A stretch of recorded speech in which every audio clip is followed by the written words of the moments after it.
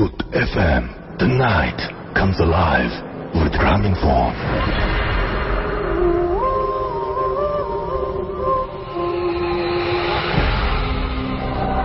Yes, the night comes alive with Graminphone. You are listening to Radio Food FM. আমি রাসেল আজির সাথে আমার সাথে রয়েছেন মাসুম ভাই এবং আজকের অতিথিরা এবং আপনাদের সবাইকে স্বাগত জানাচ্ছি ফুড এফএম। ঠান্ডা পড়তে শুরু করেছে এবং ঠান্ডা যত বেশি পড়তে শুরু করবে এবং যত বেশি ঠান্ডা পড়বে তত বেশি ফুড এফএম আরো বেশি জমজমাট লাগে, কারণ শীতের রাতে এই ধরনের ঘটনাগুলো শুনতে অনেক বেশি ভালো লাগে।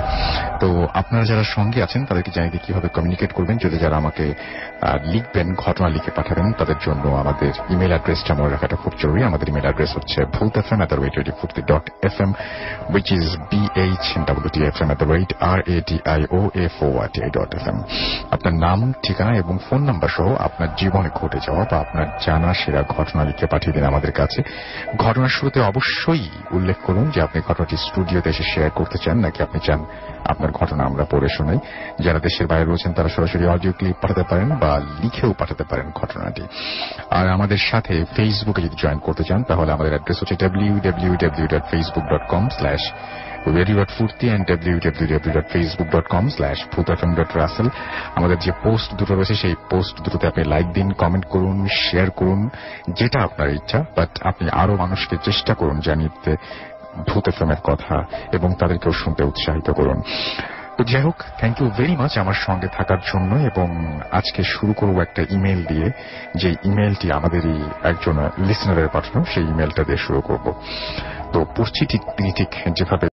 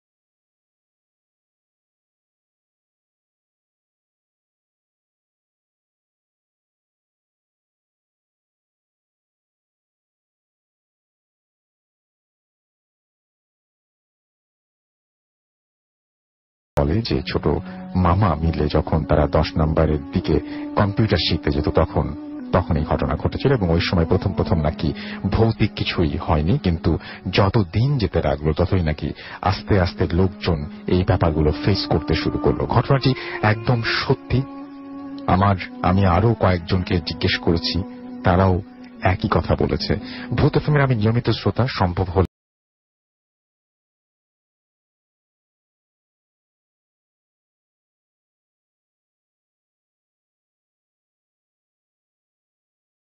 শোনাবেন। এরকম আরো ঘটনা রয়েছে, সময় পেলে লিখে পাঠাবো। ভালো থাকবেন।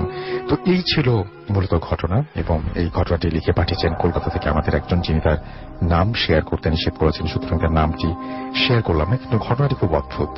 এই যে বাচ্চাটি মারা গেল অস্বাভাবিকভাবে এবং তারপরে দেখা দিতে শুরু করলো এবং তার মায়ের কাছে আবদার করলো, এবং তার মা তার জন্মদিনে দুর্গাপূজার সময় নতুন জামা পুকুরের পানিতে ভাসিয়ে দেয়।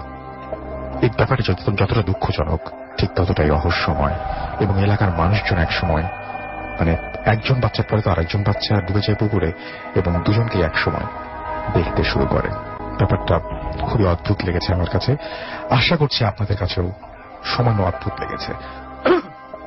তো যাই হোক, আমি এখন যেটা করব সেটা হচ্ছে সরাসরি চলে যাবো আমাদের অতিথির কাছে। ইন দ্য মিন টাইম আপনার ঘটনা শুনতেই আমাদের লিখে পাঠান ফেসবুকে কেমন লাগছে কোন ঘটনাটি। আমাদের কাছে আরো ইমেইল আছে, অডিও ক্লিপ আছে, এবং আমাদের গেস্টরাও দারুণ দারুণ ঘটনা শেয়ার করবেন। সুতরাং পুরোটা সময় আজকে আমাদের সঙ্গে থাকতে আপনাদের অনুরোধ করব। তো আমার সঙ্গে এখন যখনই কোনো ডক্টর আসেন আমাদের স্টুডিওতে, তখনই একটা বাড়তি উত্তেজনা তৈরি হয় ভূত এফএমের লিসনারদের মধ্যে। তো আমাদের সঙ্গে আজকে একজন ডাক্তার রয়েছেন, এবং তিনি যে ঘটনাটি শেয়ার করবেন সেটিও হসপিটাল রিলেটেড, এবং আমাদের সঙ্গে আছেন ডক্টর সাহা। আমরা তার কাছে শুনবো তার ঘটনা, এবং তাকে দিয়ে শুরু করতে চাই আজকের অতিথিদের ঘটনা বলার পালা। Hello dear listeners, it's doctor Saha. সঙ্গত কারণে আমি আমার পুরো নামটা বলতে চাচ্ছি না, it's only my surname here. তো সরকারি চাকরিতে থাকার সুবাদে আমাদের বিভিন্ন জায়গায় পোস্টিং থাকে। গল্পটি কিংবা কাহিনী যেটা আমার নিজের জীবনের, সেই রিলেটেড ঘটনাটি, এই প্যারানরমাল কাহিনীটি আমি আপনাদের সাথে শেয়ার করতে চাচ্ছি। তো সেটা আমি যখন প্রথম চাকরিতে যোগদান করি সেদিনের ঘটনা। আমি এই ঘটনাটা 8 বছর আগে 2011 সালে বাংলাদেশ সিভিল সার্ভিসে জয়েন যেদিন আমি করি, তার পরের দিনই আমার আসলে নাইট ডিউটি পড়ে যায়। আচ্ছা, আমি যে জায়গায় আমার পোস্টিং ছিল সঙ্গতের কারণে আমি নামটা উল্লেখ করতে চাচ্ছি না, শুধু এতটুকু বলছি এটি মুন্সিগঞ্জ জেলায়, আচ্ছা, উপজেলা হেলথ কমপ্লেক্স, সেখানকার ঘটনা। তো ঘটনা শেয়ার করার আগে আমার যেখানে ডাক্তারদের থাকার জায়গাটা, সেই জায়গাটা একটু যদি বর্ণনা করি, বাকি অংশটুকু আপনাদের কাছে পুরোটাই ক্লিয়ার হয়ে যাবে। ডাক্তারদের যে ডিউটি রুমটা সেটা ছিল আমাদের 2 তলায়, হাসপাতাল ভবনের 2 তলায় একটি লবির শেষ মাথায়। লবির শেষ মাথার প্রথম দিকে ছিল লবির একদিকে ওয়ার্ড, এবং একদম শেষ মাথায় ডিউটি ডক্টরস রুম, এবং তার পাশে হলো যে একটি পরিত্যক্ত অপারেশন থিয়েটার। আচ্ছা। তো ওয়ার্ড এবং আমাদের ডক্টরস রুমের মাঝখানে একটি গেট আছে যেটি ভিতর থেকে লাগানো যায়। তো যেদিন আমার ডিউটি পড়লো, আমার জয়নিং এর পরের দিন, আচ্ছা, আমি সেই এলাকা সম্পর্কে কিংবা সেই হেলথ কমপ্লেক্স সম্পর্কে আমার ধারণা খুব একটা ছিল না। সেটাই স্বাভাবিক। জি রাসেল ভাই। তো যখন আমাদের ইমার্জেন্সিতে ডিউটি থাকে রাতে, জি, আবার ভিতরে যে আমাদের রোগী থাকেন ওয়ার্ডে, সেগুলো আমাদের দেখতে হয়। আমাদের যদিও রেস্ট নেওয়ার কথা না, তো সবকিছু শেষ করে আমি একটু ক্লান্ত হয়ে যাই, এবং আমাদের যিনি এসিসিএমআর, যাকে পুরো ভাষায় বলতে হয় sub assistant community medical officer, তিনি একজন বয়স্ক মানুষ ছিলেন। তো তিনি আমাকে বললেন, স্যার আপনি কি থাকতে পারবেন কিনা একা? আমি বললাম ইটস ওকে, এখন নতুন নতুন জয়েন করেছি তো রক্ত গরমের সময়, তো খুব একটা বোঝার কথা না সবকিছু। তো আমাকে বললেন আচ্ছা ঠিক আছে স্যার যান, যদি কোনো ইমার্জেন্সি হয় আমি আপনাকে ফোন করবো, আমাদের ডক্টরস একটা নাম্বার থাকে, সেই নাম্বারে ফোন আসে।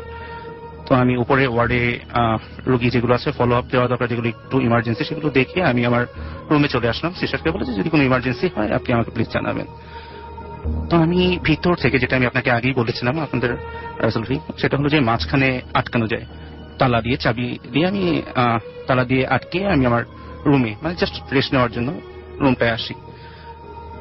তারপর যেটা হলো, আমি জাস্ট তন্দ্রাচ্ছন্ন, সারাদিন খাটুনির পর একটু তন্দ্রাচ্ছন্ন হয়ে গেছিলাম। আমার দরজায় নক হলো, টক টক টক টক টক টক, জাস্ট 2 থেকে 3 বার। আমি ফার্স্টে তন্দ্রাচ্ছন্ন ছিলাম, বুঝতে পারলাম না যে ঘটনাটা আসলে কি হচ্ছে। তারপর যখন আমার তন্দ্রাটা চলে গেল, আবার দরজায় নক, টক টক টক টক। তো ঘটনাটা কি হচ্ছে, কারণ তখন আমার মনে পড়লো যে দরজায় নক করার কোনো উপায়ই থাকার কথা না, কারণ যে মাঝখানে যে গেটটা আছে সেই গেটটা আমি যাতে বন্ধ করেছি এবং কারো আসারও কথা না। কিন্তু তারপরও আমি এখানে নতুন, হয়তো কোনো অল্টারনেট ওয়েতে পেশেন্ট পার্টি যদি কোনো ইমার্জেন্সি থাকে আমার কাছে আসতেই পারে। তো আবার যখন নক হলো আমি জিজ্ঞেস করলাম মানে কে, কিন্তু কোনো কথার অ্যান্সার নেই। তো যখন দেখলাম নক আর বন্ধ হচ্ছে না, আমি আস্তে গেটটা খুলে ফেললাম। বাট গেটটা খোলার পরে আমি যেটা দেখতে পেলাম, just chill is going through my spine. যখন আমি আপনাদের বলছি কিংবা এই কাহিনীটা যখনই আমি সবার সামনে শেয়ার করি, সেই ঘটনাটা আমার চোখের সামনে ভেসে ওঠে, আর তখনই সে খারাপ লাগাটা শুরু হয়।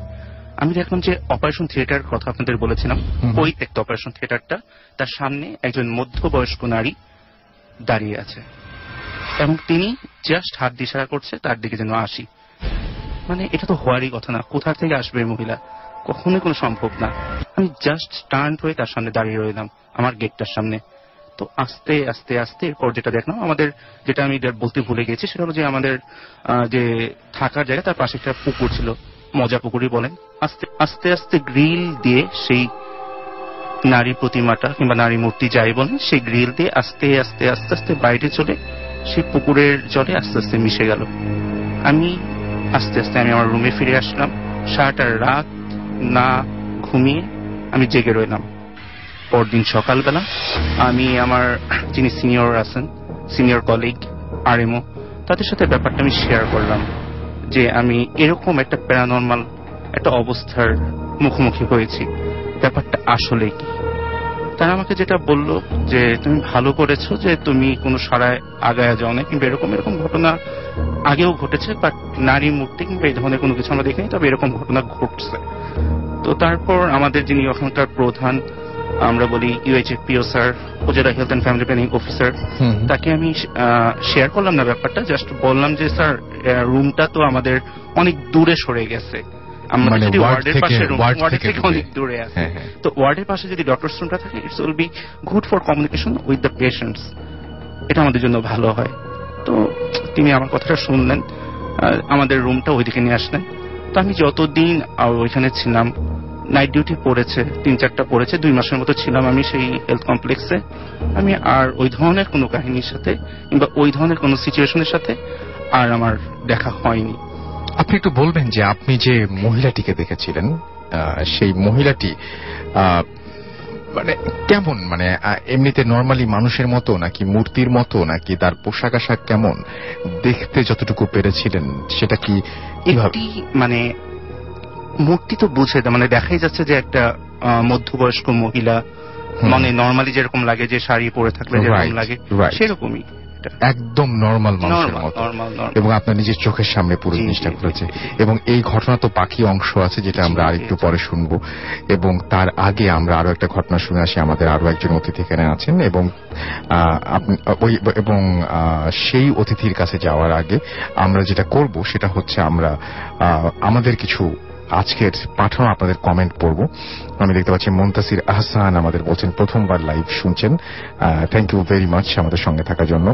আমাদের সাথে আছেন দেখতে পাচ্ছি নাইম ইসলাম, এছাড়াও দেওয়ান সাকিব আমাদের সঙ্গে আছেন, সাজ্জাদ হুসাইন বাপ্পি আমাদের সঙ্গে আছেন, নাবিল আমাদের সঙ্গে আছেন, আমাদের সঙ্গে আছেন রাশেদ হাসান আছেন, আমাদের সঙ্গে আর এইচ রূপা আক্তার, আমাদের সঙ্গে আছেন তৌফিকুর রহমান, এছাড়াও আমাদের সঙ্গে আছেন সাদমান কাউসার, আছেন এস এম সুমন আমাদের সঙ্গে, এবং দ্বিতীয় ঘটনাটা তার কাছে অনেক ভালো লেগেছে, বগুড়া থেকে শুনছেন তিনি। আমাদের সঙ্গে আছেন দেখতে পাচ্ছি জাহিদ আহমেদ তুষার, এছাড়াও আছেন আমাদের সঙ্গে দেখতে পাচ্ছি আর জে মোশাররফ, আমাদের সঙ্গে আছেন দেখতে পাচ্ছি পানির অপর নাম জীবন, ওকে, আমাদের সঙ্গে আছেন সন্দীপ বিশ্বাস, এছাড়াও আমাদের সঙ্গে আছেন সাহির শাহ, ইমেলটা খুব ভালো ছিল তাই লিখেছেন, এমডি মাহমুদ খুলনা থেকে শুনছেন।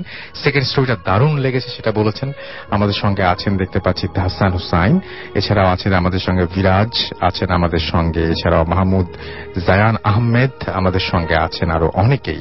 তো যাই হোক, যারা আমাদের সঙ্গে আছেন এবং পুরোটা সময় আমাদের সঙ্গে থাকবেন, আমি পড়ছিলাম আমাদের ফেসবুকের যে ভূত এফএমের যে পেজটা রয়েছে সেই পেজ থেকে, এবং ফিরে এসে আবারও পড়ব, তখন ফুর্তির পেজ থেকে পড়ব। সুতরাং আমাদের সঙ্গেই থাকুন। আমি আরো একবার বলি, আমাদের যদি ইমেইল করতে চান, আমাদের ইমেল অ্যাড্রেস হচ্ছে bhutfm@radiofurti.fm, which is bhwtfm@radiofurti.fm। আপনার নাম, ঠিকানা এবং ফোন নাম্বার সহ আপনার জীবনে ঘটে যাওয়া বা আপনার জানা সেরা ঘটনা লিখে পাঠিয়ে দিন আমাদের কাছে। ঘটনার শুরুতে অবশ্যই উল্লেখ করুন যে ঘটনাটি আপনি স্টুডিওতে এসে শেয়ার করতে চান নাকি আপনি চান আপনার ঘটনা আমরা পড়ে শোনাই। যারা দেশের বাইরে রয়েছেন তারা সরাসরি অডিও ক্লিপ শেয়ার করতে পারেন আমাদের সাথে, অথবা ইমেইলও লিখ করে পাঠাতে পারেন আমাদেরকে ঘটনাটি। আমাদের দুটো ফেসবুক পেজ রয়েছে, www.facebook.com/radio.furti and www.facebook.com/bhutfm.russell। চলে যাচ্ছি আমরা আমাদের আজকের দ্বিতীয় অতিথির কাছে। আপনার নামটা প্লিজ একটু বলবেন, তারপর আপনার ঘটনাটা শুনবো। কোথা থেকে এসেছেন সেটাও একটু কাইন্ডলি বলবেন।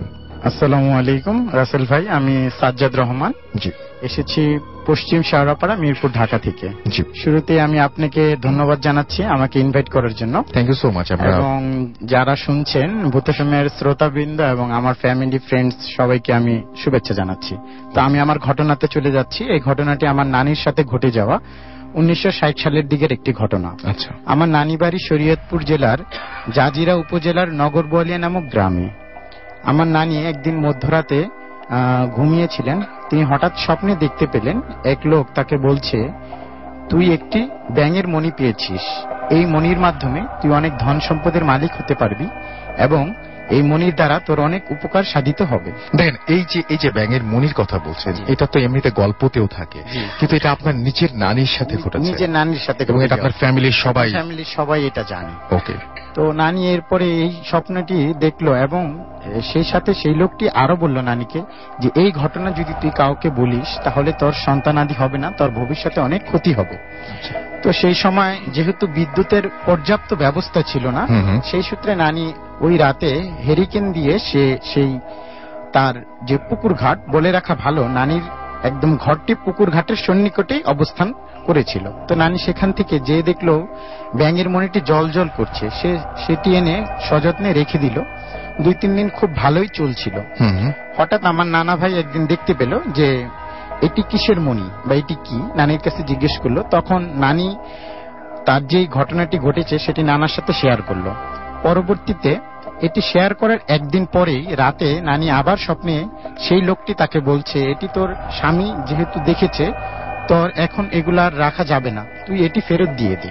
তো সেই ক্ষেত্রে এখন কি করতে হবে? তখন এটি বলেছে যে এটি মাদারীপুরের শকুনি লেক নামক যে লেকটি আছে সেখানেই তোকে ফেলতে হবে, না ফেললে তোর সন্তানাদি হবে না এবং অনেক বিপদ হবে। আচ্ছা।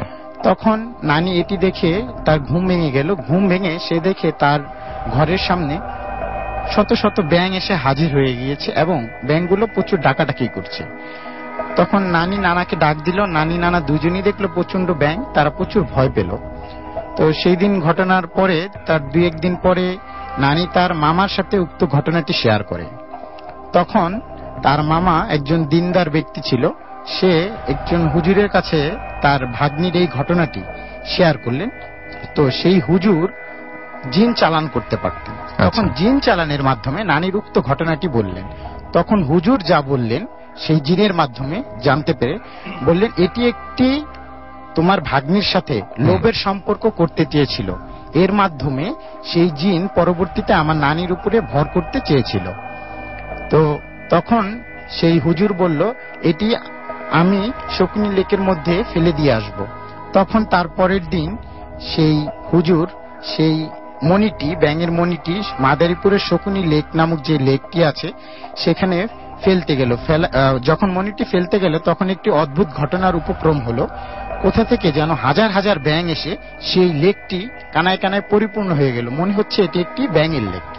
এটাই ছিল আমার সাথে, আমার নানির সাথে ঘটে যাওয়া। এবং এটা আপনার ফ্যামিলির সবাই জানে? ফ্যামিলির সবাই জানে। নানির সাথে আরো অনেক ঘটনাই ঘটেছে এই জিন পজিটিভ রিলেটেড। এবং তিনি জিন দ্বারা পজেস ছিলেন, রাইট? জিন দ্বারা পজেস ছিলেন। তিনি এখন স্ট্রোকের রোগী, এখন শয্যাশায়ী, শরীয়তপুরে বর্তমানে অবস্থান করছেন। তিনি এখনো বেঁচে আছেন এবং তার সঙ্গে এই ঘটনাটি ঘটেছে 1960 সালে। থ্যাংক ইউ সো মাচ আপনার ঘটনার জন্য। আমরা আরো একটা ইমেইলে যাব, তবে তার আগে একটা ছোট্ট বিরতিতে যাব, এবং বিরতির আগে কিছু না পড়লেই না। সাইমন আরাফাত বাবু আমাদের লিখছেন যে থার্ড স্টোরিটা তার কাছে ভালো লেগেছে। আমাদের সঙ্গে দেলোয়ার খান লিখেছেন, ইতালি থেকে শুনছেন তিনি, এখন লাইভ শুনছেন আমাদেরকে। রুম্মান সম্রাট আমাদের সঙ্গে আছেন যশোর থেকে, এছাড়াও আমাদের সঙ্গে আছেন দেখতে পাচ্ছি আরো অনেকেই, এবং ফুর্তির যে পেজটা সেই পেজেও আপনাদের অনেকে আপনারা আছেন, এবং যেটা www.facebook.com/radio.furti সেখানেও অনেকে আছেন, এবং সেখানেও আমি দেখতে পাচ্ছি যে রুশাফি আমাদের সঙ্গে আছেন, নুসরাত মালা আমাদের সঙ্গে আছেন, আমাদের সঙ্গে এছাড়াও আছেন আরো দেখতে পাচ্ছি যে অনেকেই। এবং যারা এই পেজটা আসতে চান এবং ভূত এফএম এর পেজ যেতে চান তাদেরকে আমি আরো একবার আমাদের অ্যাড্রেসটা বলে দিব। তার আগে বলি যে আমাদের এখানে মর্জিনা, মায়েশা, মিষ্টি আমাদের সঙ্গে আছেন, আরিফ আফ্রেদি, এছাড়াও তসলিম মাহবুব হৃদয় আমাদের সঙ্গে আছেন, সিনথিয়া আফরিন, মিতু আমাদের সঙ্গে আছেন, এবং আজিমপুর থেকে শুনছেন মিম আক্তার আমাদের সঙ্গে আছেন, এবং আমাদের সঙ্গে তিনি বলছেন যে গত সপ্তাহের এই সময় আমি আপনাদের স্টুডিওতে বসেছিলাম, আজ মনে পড়ছে সেই কথা। থ্যাংক ইউ সো মাচ আমাদের সাথে থাকার জন্য এবং আমাদের সাথে কথা বলার জন্য এবং আমাদের এখানে স্টুডিওতে এসে উপস্থিত হওয়ার জন্য। আমাদের সঙ্গে আছেন দেখতে পাচ্ছি সাজ্জাদ বিশ্বাস, এছাড়াও তিনি বলছেন যে আজ প্রথম ভূত এফএম শুনছি। আমাদের সঙ্গে আছেন দেখতে পাচ্ছি আদিয়ান খান প্রহর, আমাদের সঙ্গে আছেন সন্ন্যাসী রাজা, এছাড়াও মোহাম্মদ নাইমুল ইসলাম আমাদের সঙ্গে আছেন, হাবিব রোহান আমাদের সঙ্গে আছেন, আমাদের সঙ্গে আছেন সাকলাইন মুস্তাক সিয়াম, আমাদের সঙ্গে আছেন এমডি মেহেদি হাসান, SZ সেজান ওয়াহিদ আমাদের সঙ্গে আছেন, প্রিন্স ফারহান আমাদের সঙ্গে আছেন, আমাদের সঙ্গে আছেন আলিফ হোসাইন, তিশা চৌধুরী আমাদের সঙ্গে আছেন, পূজা বণিক বগুড়া থেকে শুনছেন, আমাদের সঙ্গে আছেন এমডি রবিউল হোসেন সহ আরো অনেকে। একটা ছোট্ট বিরতির পরে এখনই ফিরে আসছি, সেই পর্যন্ত আমাদের সঙ্গেই থাকুন। স্টে টিউনড রেডিও ফুর্তি FM and do Furti. Bhoot FM. The night comes alive with Graminphone.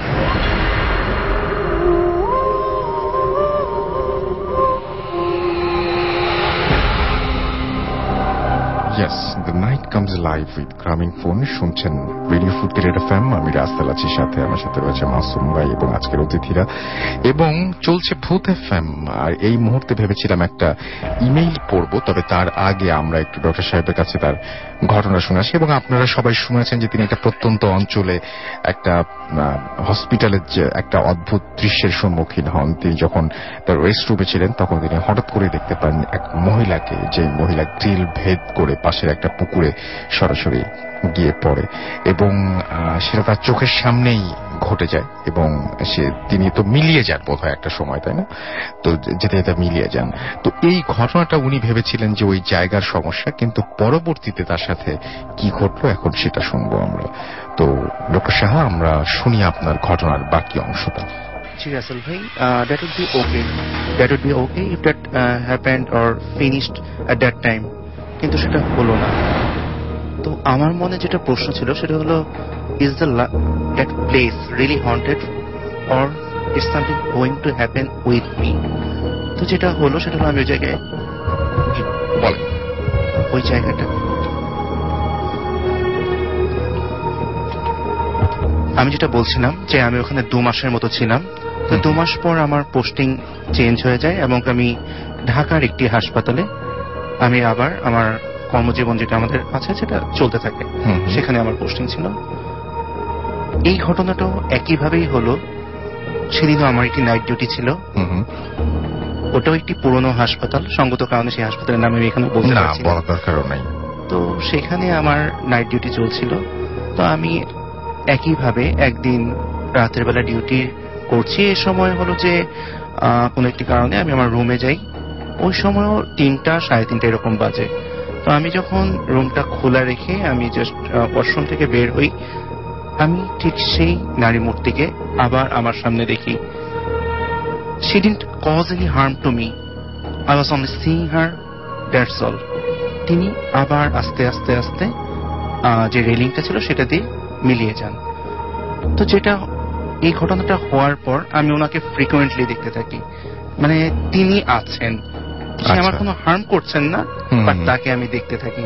যেখানে আমি যাই কিছুদিন পর পর, এমন না কোনো নির্দিষ্ট সময় আছে, রাতে একটি নির্দিষ্ট সময় 3টা থেকে 3:30। যেমন আমি একটা উদাহরণ দিই, আমার ওই সময় পোস্ট গ্রাজুয়েশন একটা এক্সাম ছিল, আমি রাতে পড়ছিলাম আমার ফ্ল্যাটে।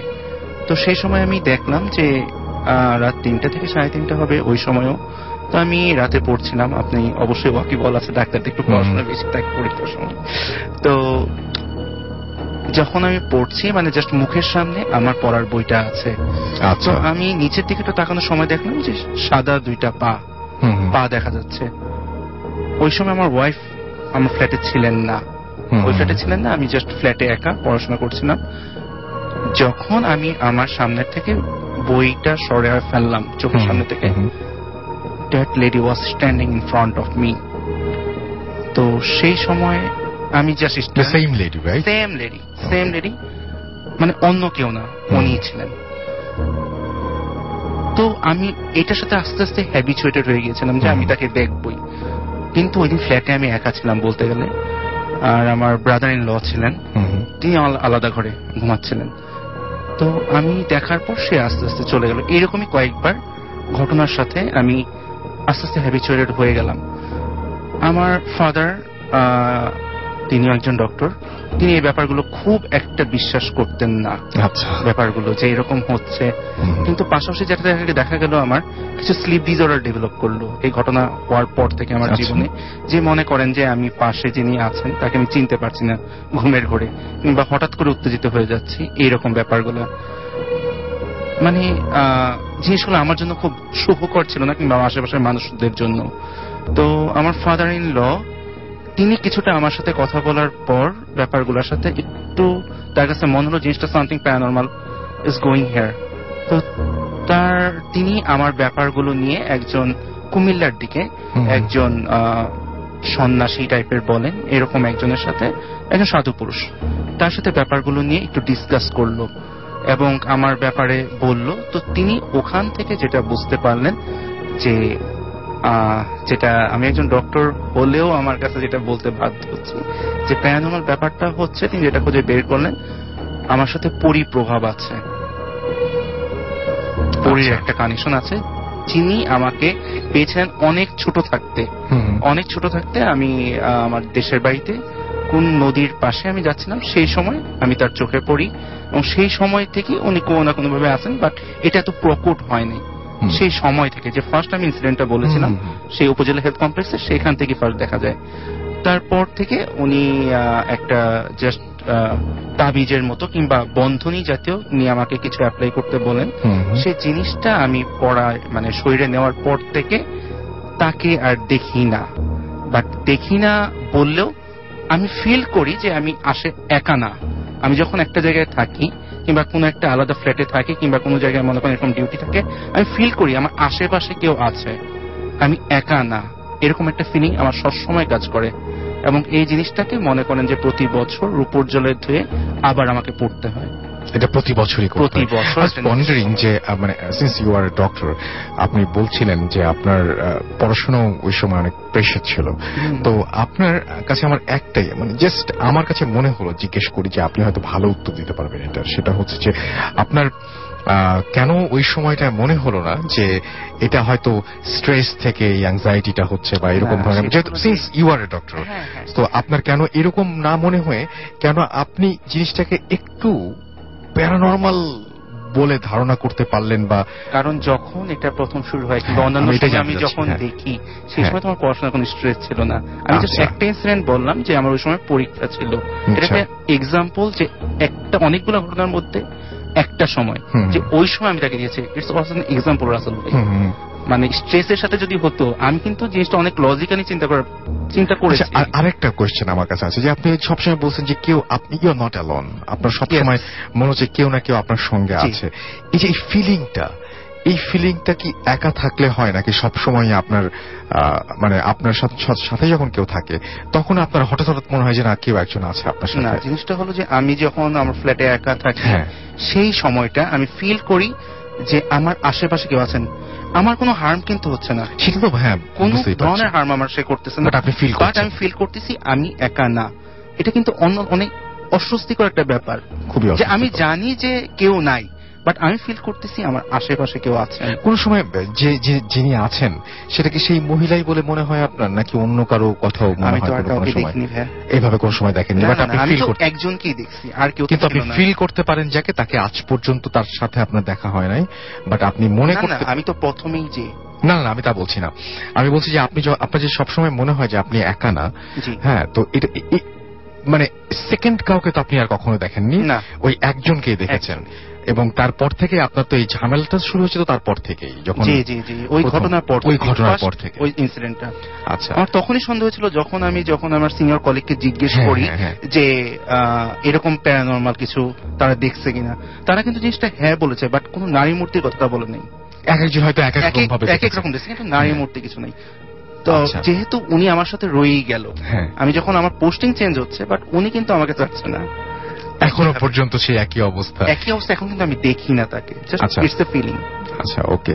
এবং আপনার আপনি যতটুকু শুনেছেন সেই ভদ্রলোকের কাছ থেকে, তিনি বলেছেন যে একটা পরীর প্রভাব, পরীর তাই তো? প্রভাব, এবং সেটা হলো যে অনেক ছোটবেলায় উনি আমাকে যখন দেখছে তখন থেকেই ছিল, বাট সেটা কখনো প্রকট হয়নি, বাট সামনে আসে নাই।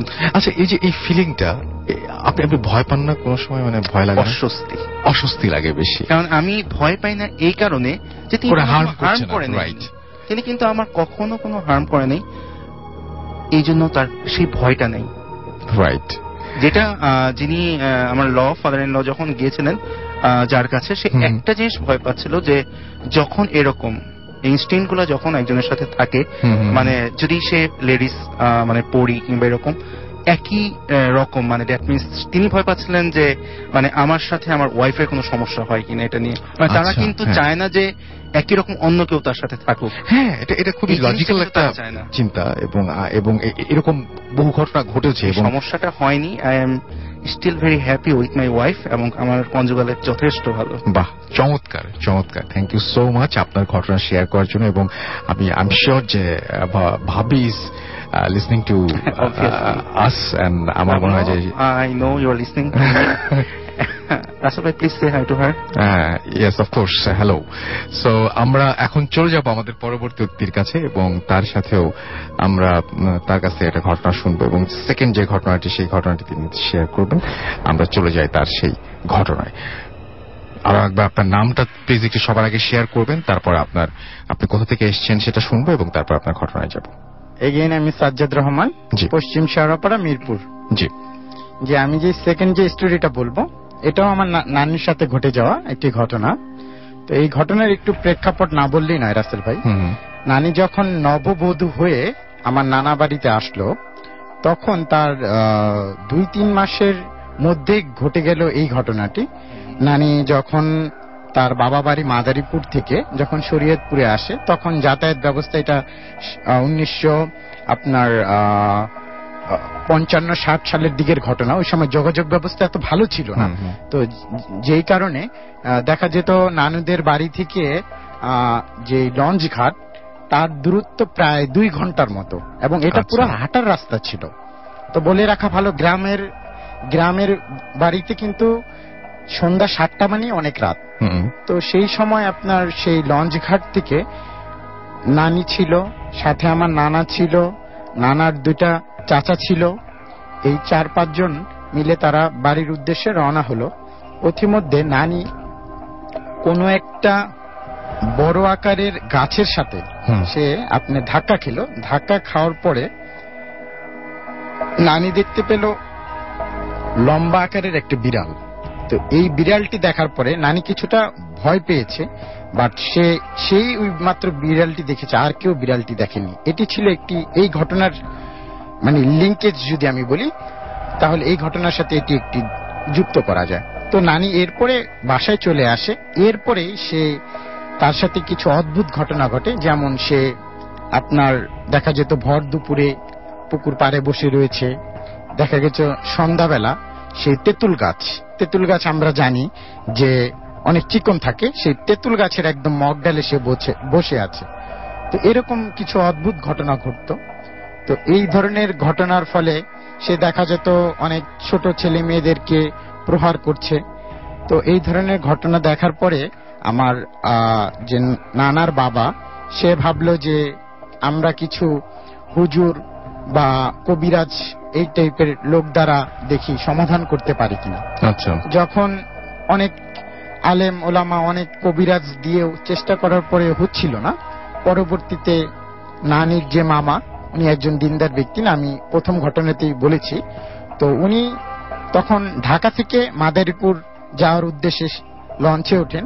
তো লঞ্চে উনি প্রতিমধ্যে একজন দরবেশ লোকের সঙ্গে তার পরিচয় হয়। কিভাবে পরিচয় হয় সেটা না বললেই নয়।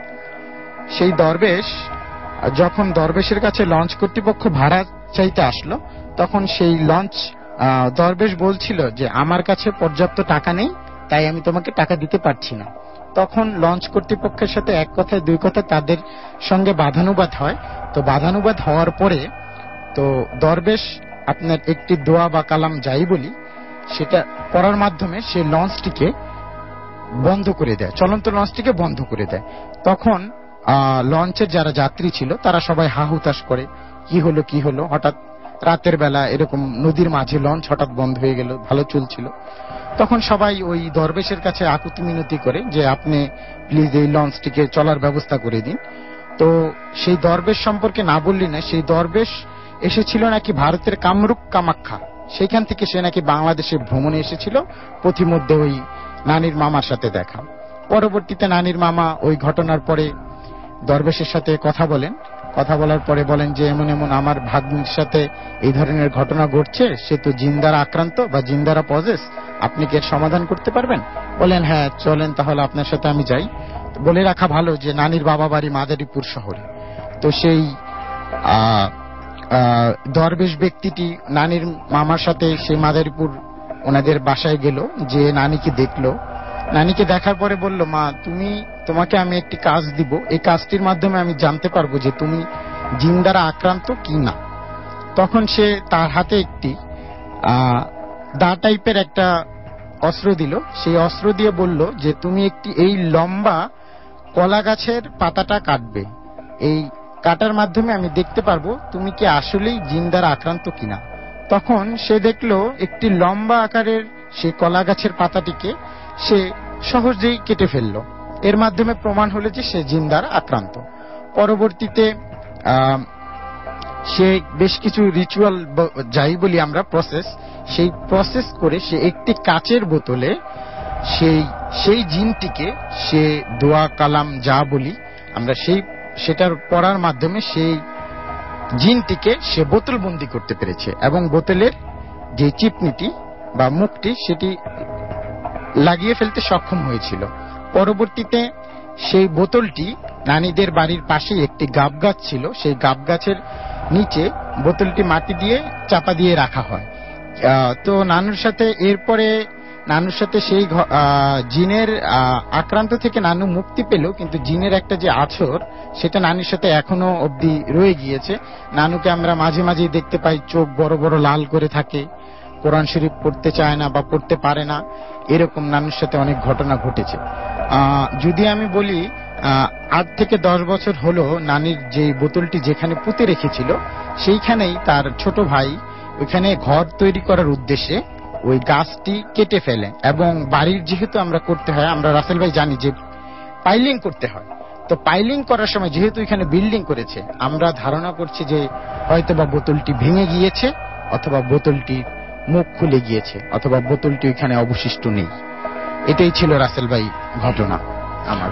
অনেক ধন্যবাদ আপনার ঘটনার জন্য, এবং আশা করছি যে এই ঘটনাটি আপনাদেরও অনেক ভালো লেগেছে। এবং আমি যেটা করব এখন সেটা হচ্ছে আবারও কিছু আমরা যে আপনারা কমেন্ট করছেন সেই কমেন্টে চলে যাব, এবং সেই কমেন্টে আমি প্রথমে যাচ্ছি www.facebook.com/bhutafm.russell এই পেজে, এবং এই পেজে আপনারা অনেকেই লিখছেন আমাদেরকে, এবং যারা এখনো লেখেননি বা কমেন্ট করেননি তারা চলে আসুন এবং আপনারা শেয়ার করুন আপনাদের কথা।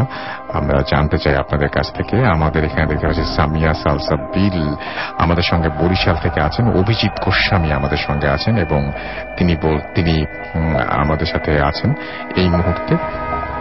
আমাদের সঙ্গে আছেন দেখতে পাচ্ছি তিনি। আচ্ছা, আমি একটু মেসেজ কিছু কমেন্ট পড়েও ফেলি। সামিয়া যেমন বলছেন যে জেএসসি এক্সাম শেষ, তাই কোনো চিন্তা নেই, আজকে শুধু ভয় পেতে চাই।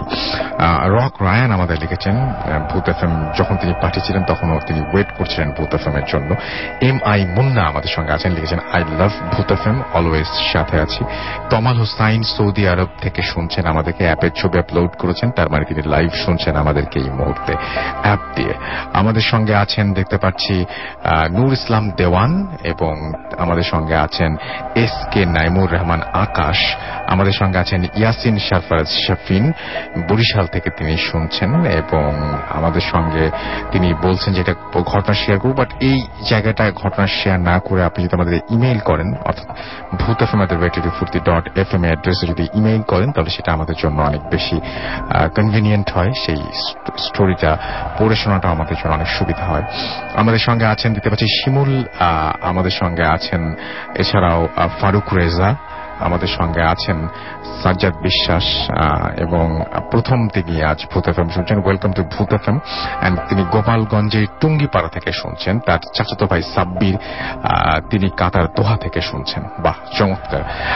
অসীম দেব আমাদের সঙ্গে আছেন দেখতে পাচ্ছি। এছাড়াও আদিল আছেন আমাদের সঙ্গে, কারণ কেপি এবং কৌশিক কারণ ফ্রম হলদিয়া ইন্ডিয়া, এবং তিনি বলছেন লাভ ইউ ভূত এফএম।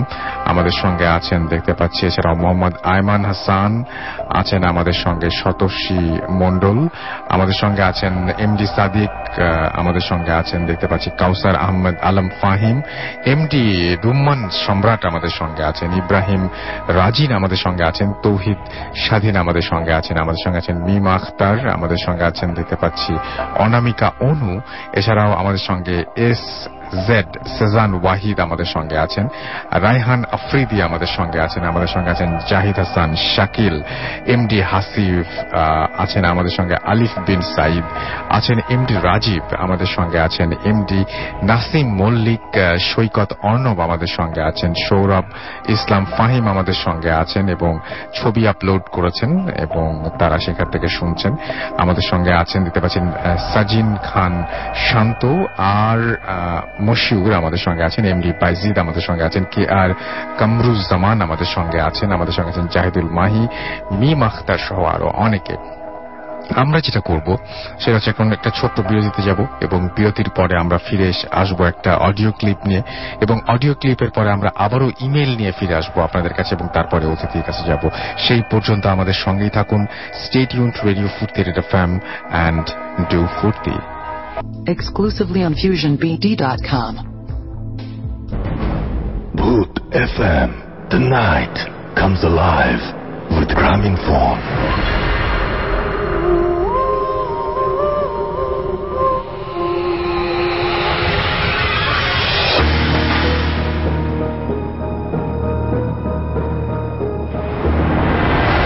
নমস্কার শ্রোতা বন্ধুরা, আমার নাম অংশুমান ঘোষ। সালাম আলাইকুম রাসেল।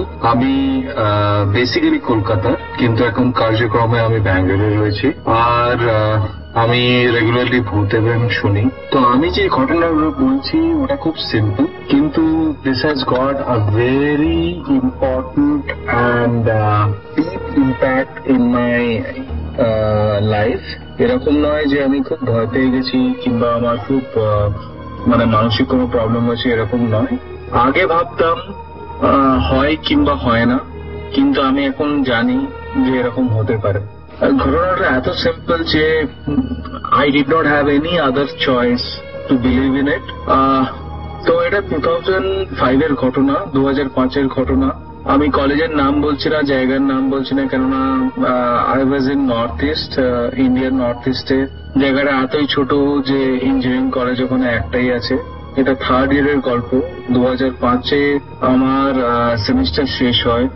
কিছু ছোট ছোট জিনিস বলবো, কেননা এই ছোট ছোট জিনিসগুলো প্রচন্ড ইম্প্যাক্ট আছে গল্পেতে। তো আমাদের কলেজের সামনে আমাদের হোস্টেল, যেহেতু পাহাড়ি এলাকা, রিমোট এলাকা, আলো কম, পলিউশন কম, গাড়ি ঘোড়া কম, আওয়াজ কম, তো হাওয়াতেই অনেক আওয়াজ হয়। আর যেহেতু আলো কম, অন্ধকারে সবসময় গা ছমছম করে। কিন্তু এটা পুরোপুরি দিনের বেলার ঘটনা, সেরকম কোনো আনএক্সপেক্টেড কিংবা ভৌতিক কোনো ব্যাপার নয়। তো সেমিস্টার শেষ হয়েছে, এক্সাম শেষ হয়েছে আমাদের। যেহেতু হস্টেলটা উপত্যকার উপরে, কলেজ থেকে বেরিয়ে সামনের যে এন্ট্রান্সটা ওটা অ্যাকচুয়ালি আমাদের হস্টেলের 5th ফ্লোর। নিচে আরো 4টে ফ্লোর আছে, নিচে আর একটা এন্ট্রান্স আছে, ওটা গ্রাউন্ড ফ্লোর। কিন্তু যেটা বলছিলাম 5th ফ্লোরে আমাদের এন্ট্রান্স।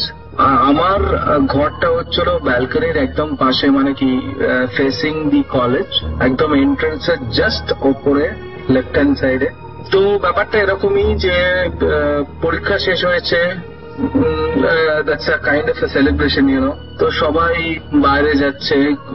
মানে আমরা সবাই ইঞ্জিনিয়ারিং কলেজে নাইট আউট কিংবা রাতের জেগে পড়াশোনা করি, তারপর পরদিন সকালবেলা পরীক্ষা দিই। তো 12টা নাগাদ পরীক্ষা শেষ হয়েছে, আমি এরকম কথা বলছি 12:30 নাগাদ। যেহেতু সেমিস্টার এন্ড, আমার কাছে টাকা পয়সা খুবই কম ছিল। বন্ধুরা সব নাচতে নাচতে বাইরে গেল, আমি কিন্তু বলিনি যে আমার কাছে টাকা নেই। আমি বলেছি আমার শরীরটা খুব খারাপ, যদি টাকা না নেই বলতাম তাহলে নিশ্চয়ই আমাকে টেনে নিয়ে যেত। আমার খুব ভালো বন্ধু ছিল ইঞ্জিনিয়ারিং এর সময়। সে যাই হোক, ওরা তো চলে গেল। আমি বললাম আমার খুব শরীর খারাপ, তো আমি হস্টেলেই থেকে গেলাম, মেসে গেলাম, মেসে খাবার খেলাম। একটা ছোট জিনিস বলে রাখি, হস্টেলে কখনো দরজা লক করতে নেই, সেটাই নিয়ম। দরজা লক করা মানে হচ্ছিল ভেতরে সিগারেট খাচ্ছি কিংবা কোনো ভালো খাবার খাচ্ছি কিংবা কোনো দুষ্টুমি করছি, যার জন্য দরজাটা লক। যদি ঘুমোতে হয় তাহলে দরজা খোলা রেখেই ঘুমানো ভালো। তার কারণ হচ্ছিল ততক্ষণ নক করা হবে যতক্ষণ না আমি ঘুম থেকে উঠে দরজাটা খোলা করি, মানে খুলে দিই। সে যাই হোক, কিন্তু এই পার্টিকুলার সময় এটা একটা unwritten or unsaid rule, specially আমার রুমের জন্য। এন্ট্রান্সের একদম উপরেই রুম রয়েছে, দিনের বেলা। তো বাইরে হস্টেলের দরজা খোলা, বাইরের লোক আসতে পারে। হস্টেলের কোনো স্টুডেন্ট নেই, সব বাইরে চলে গেছে। For safety we use to lock the doors, আর এটা খুবই ইম্পর্টেন্ট, পরে আপনারা বুঝতে পারবেন। যাই হোক, দুপুরবেলা তখন ম্যাক্সিমাম 2:30 বাজে, খাওয়া দাওয়া করে এলাম। এবার সারা রাত্রির জেগে পড়াশোনা করেছি, শুয়ে পড়বো, তো শুয়ে পড়লাম। ঘরটার ব্যাপারে একটু বলে রাখি, আমাদের রুমটা খোলার পরেই আমার সামনে খাট। আমি যদি উঠে বসি তাহলে আমি দরজার দিকে মুখ করবো। তার পেছনেই আমাদের রিডিং টেবিল, তার পেছনে দেওয়াল, তার পেছনে জানলা। জানলাটা মানে কি, দেওয়ালটা মোটামুটি পুরোটাই জানলা, কিন্তু নেট দেওয়া, কেননা জঙ্গল এরিয়া, পোকামাকড় ঢোকে। আর জানলা পুরো বন্ধই ছিল। একটা রুমে 2 জন থাকে। তো দরজা লক করে ঘুমিয়ে পড়েছি। মোটামুটি রুমে পর্দা টানার পরেও অনেক আলো ছিল। তো একটা অস্বস্তির জন্য একটা মানে অদ্ভুত, মানে ঘুমটা খুবই গাঢ় ছিল। আমি এমনিতেই খুব গাঢ় ঘুম আমার। আর আমি উপর হয়ে শুই, মানে বুকটা খাটের ওপর থাকে। তো একটা অস্বস্তি হওয়ার জন্য মানে একটু মানে মনে হচ্ছিল খাটটা নড়ছে। তো যাই হোক, দ্বিতীয়বার যখন হলো তখন আমার কিন্তু ঘুম একবার কাঁচা হয়ে গেছে। থার্ড টাইম যখন হলো আমি তখন পুরোপুরি বুঝতে পারলাম আমার খাটটা ধরে কেউ নাড়াচ্ছে। তো নর্মাল রিয়াকশন হচ্ছিল উঠে দেখা যায় কি করছে এরকম বা কেন হচ্ছে। মানে খাটটা নড়লে আপনি খুব ভালো করে বুঝতে পারবেন, যদি আপনি কারোর কিছুর ওপর বসে থাকেন, সেটাকে তো যদি চেয়ারও যদি হয়, যদি নাড়ানো হয়, বুঝতে পারবেন যে চেয়ারটা নড়ছে। তো থার্ড টাইম হলো তখন কিন্তু আমি পুরো জাগা, আমি বুঝতে পারলাম যে টানা হচ্ছে। I was very sure. আমি উঠবার চেষ্টা করলাম, যেটা নর্মাল রিয়াকশন। দেখি যে আমার ঘাড়ের ওপর প্রচন্ড একটা চাপ। সেকেন্ড টাইম যখন ট্রাই করলাম আমি পুরোপুরি বুঝতে পারছি মানে ঘাড়টা ধরে চেপে একদম বালিশের মধ্যে কেউ মিশিয়ে দেওয়ার চেষ্টা করছে। মানে আমি যত প্রেশার দিচ্ছি তত আমার উপর প্রেশার পড়ছে। তো আমি ছোটবেলা থেকে মা কালীর ভক্ত, আমি বললাম মা কালী আমায় বাঁচাও। তো এরকম বোধহয় 3 বার বলেছি। তারপর আমি উঠবার মানে ছিটকে উঠে গেলাম, কেননা প্রেশারটা চলে গেছে আর আমি উল্টো দিকে প্রেশার দিচ্ছিলাম। তো আমি প্রচন্ড ভয় পেয়ে গেছিলাম, ন্যাচারাল। আর আমি উঠে আমার এটা খেয়াল আছে যে দরজা আটকানো ছিল, তার কারণ হচ্ছিল আমার বেশ বেগ পেতে হয়েছিল, আমার খুব কষ্ট হয়েছিল। আমি তখন মানে কি মানে ফাইট অর ফ্লাইট, আমার তখন ফ্লাইট। তো আমি উঠে দরজাটা খুলে কোন রকমে বেরোলাম। বেরিয়েই আমাদের পাখার মতন করিডোর, মানে উইংস আছে, 3টে উইংস, কেউই নেই।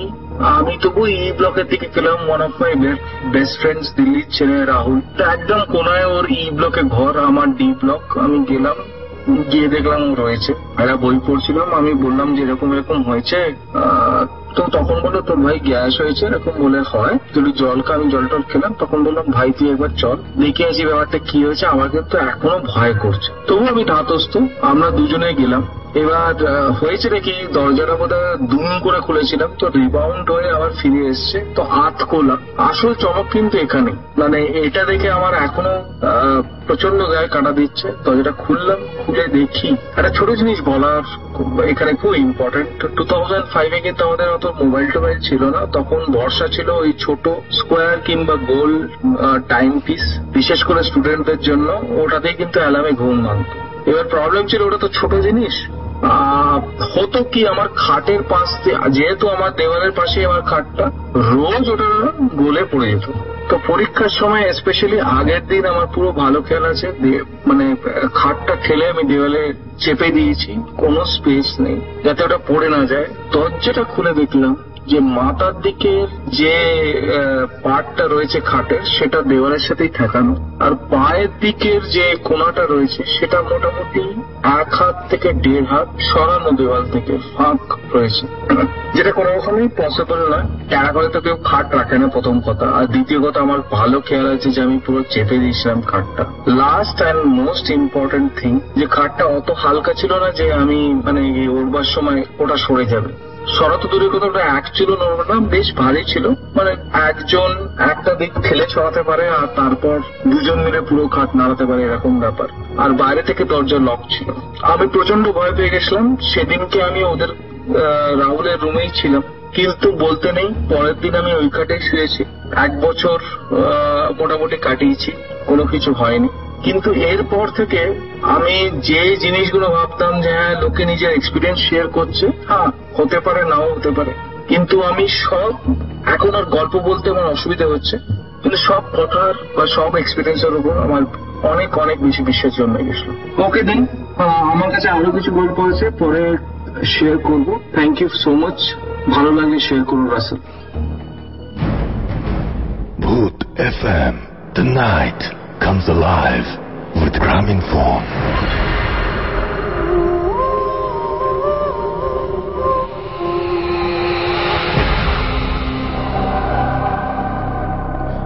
Yes, the night comes live with Grameenphone.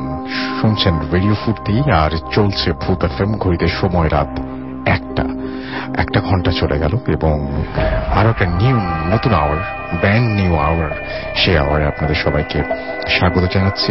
এবং সেই সাথে আরো একবার জানিয়ে দিচ্ছি, আমাদের ইমেল করতে হলে আমাদের ইমেল অ্যাড্রেস হচ্ছে bhootfm@radiofurti.fm, which is BHWTFM@radiofurti.fm। আপনার নাম, ঠিকানা এবং ফোন নাম্বার সহ আপনার জীবনে ঘটা বা আপনার জানা সেরা ঘটনা লিখে পাঠিয়ে দিন আমাদের কাছে। ঘটনার শুরুতে অবশ্যই উল্লেখ করুন যে ঘটনাটা আপনি স্টুডিওতে এসে শেয়ার করতে চান, নাকি আপনি চান আপনার ঘটনা আমরা পড়ে শোনাই। আর যারা দেশের বাইরে আছেন তারা সরাসরি অডিও ক্লিপ শেয়ার করতে পারেন বা সরাসরি লিখেও পাঠাতে পারেন আমাদের ঘটনা।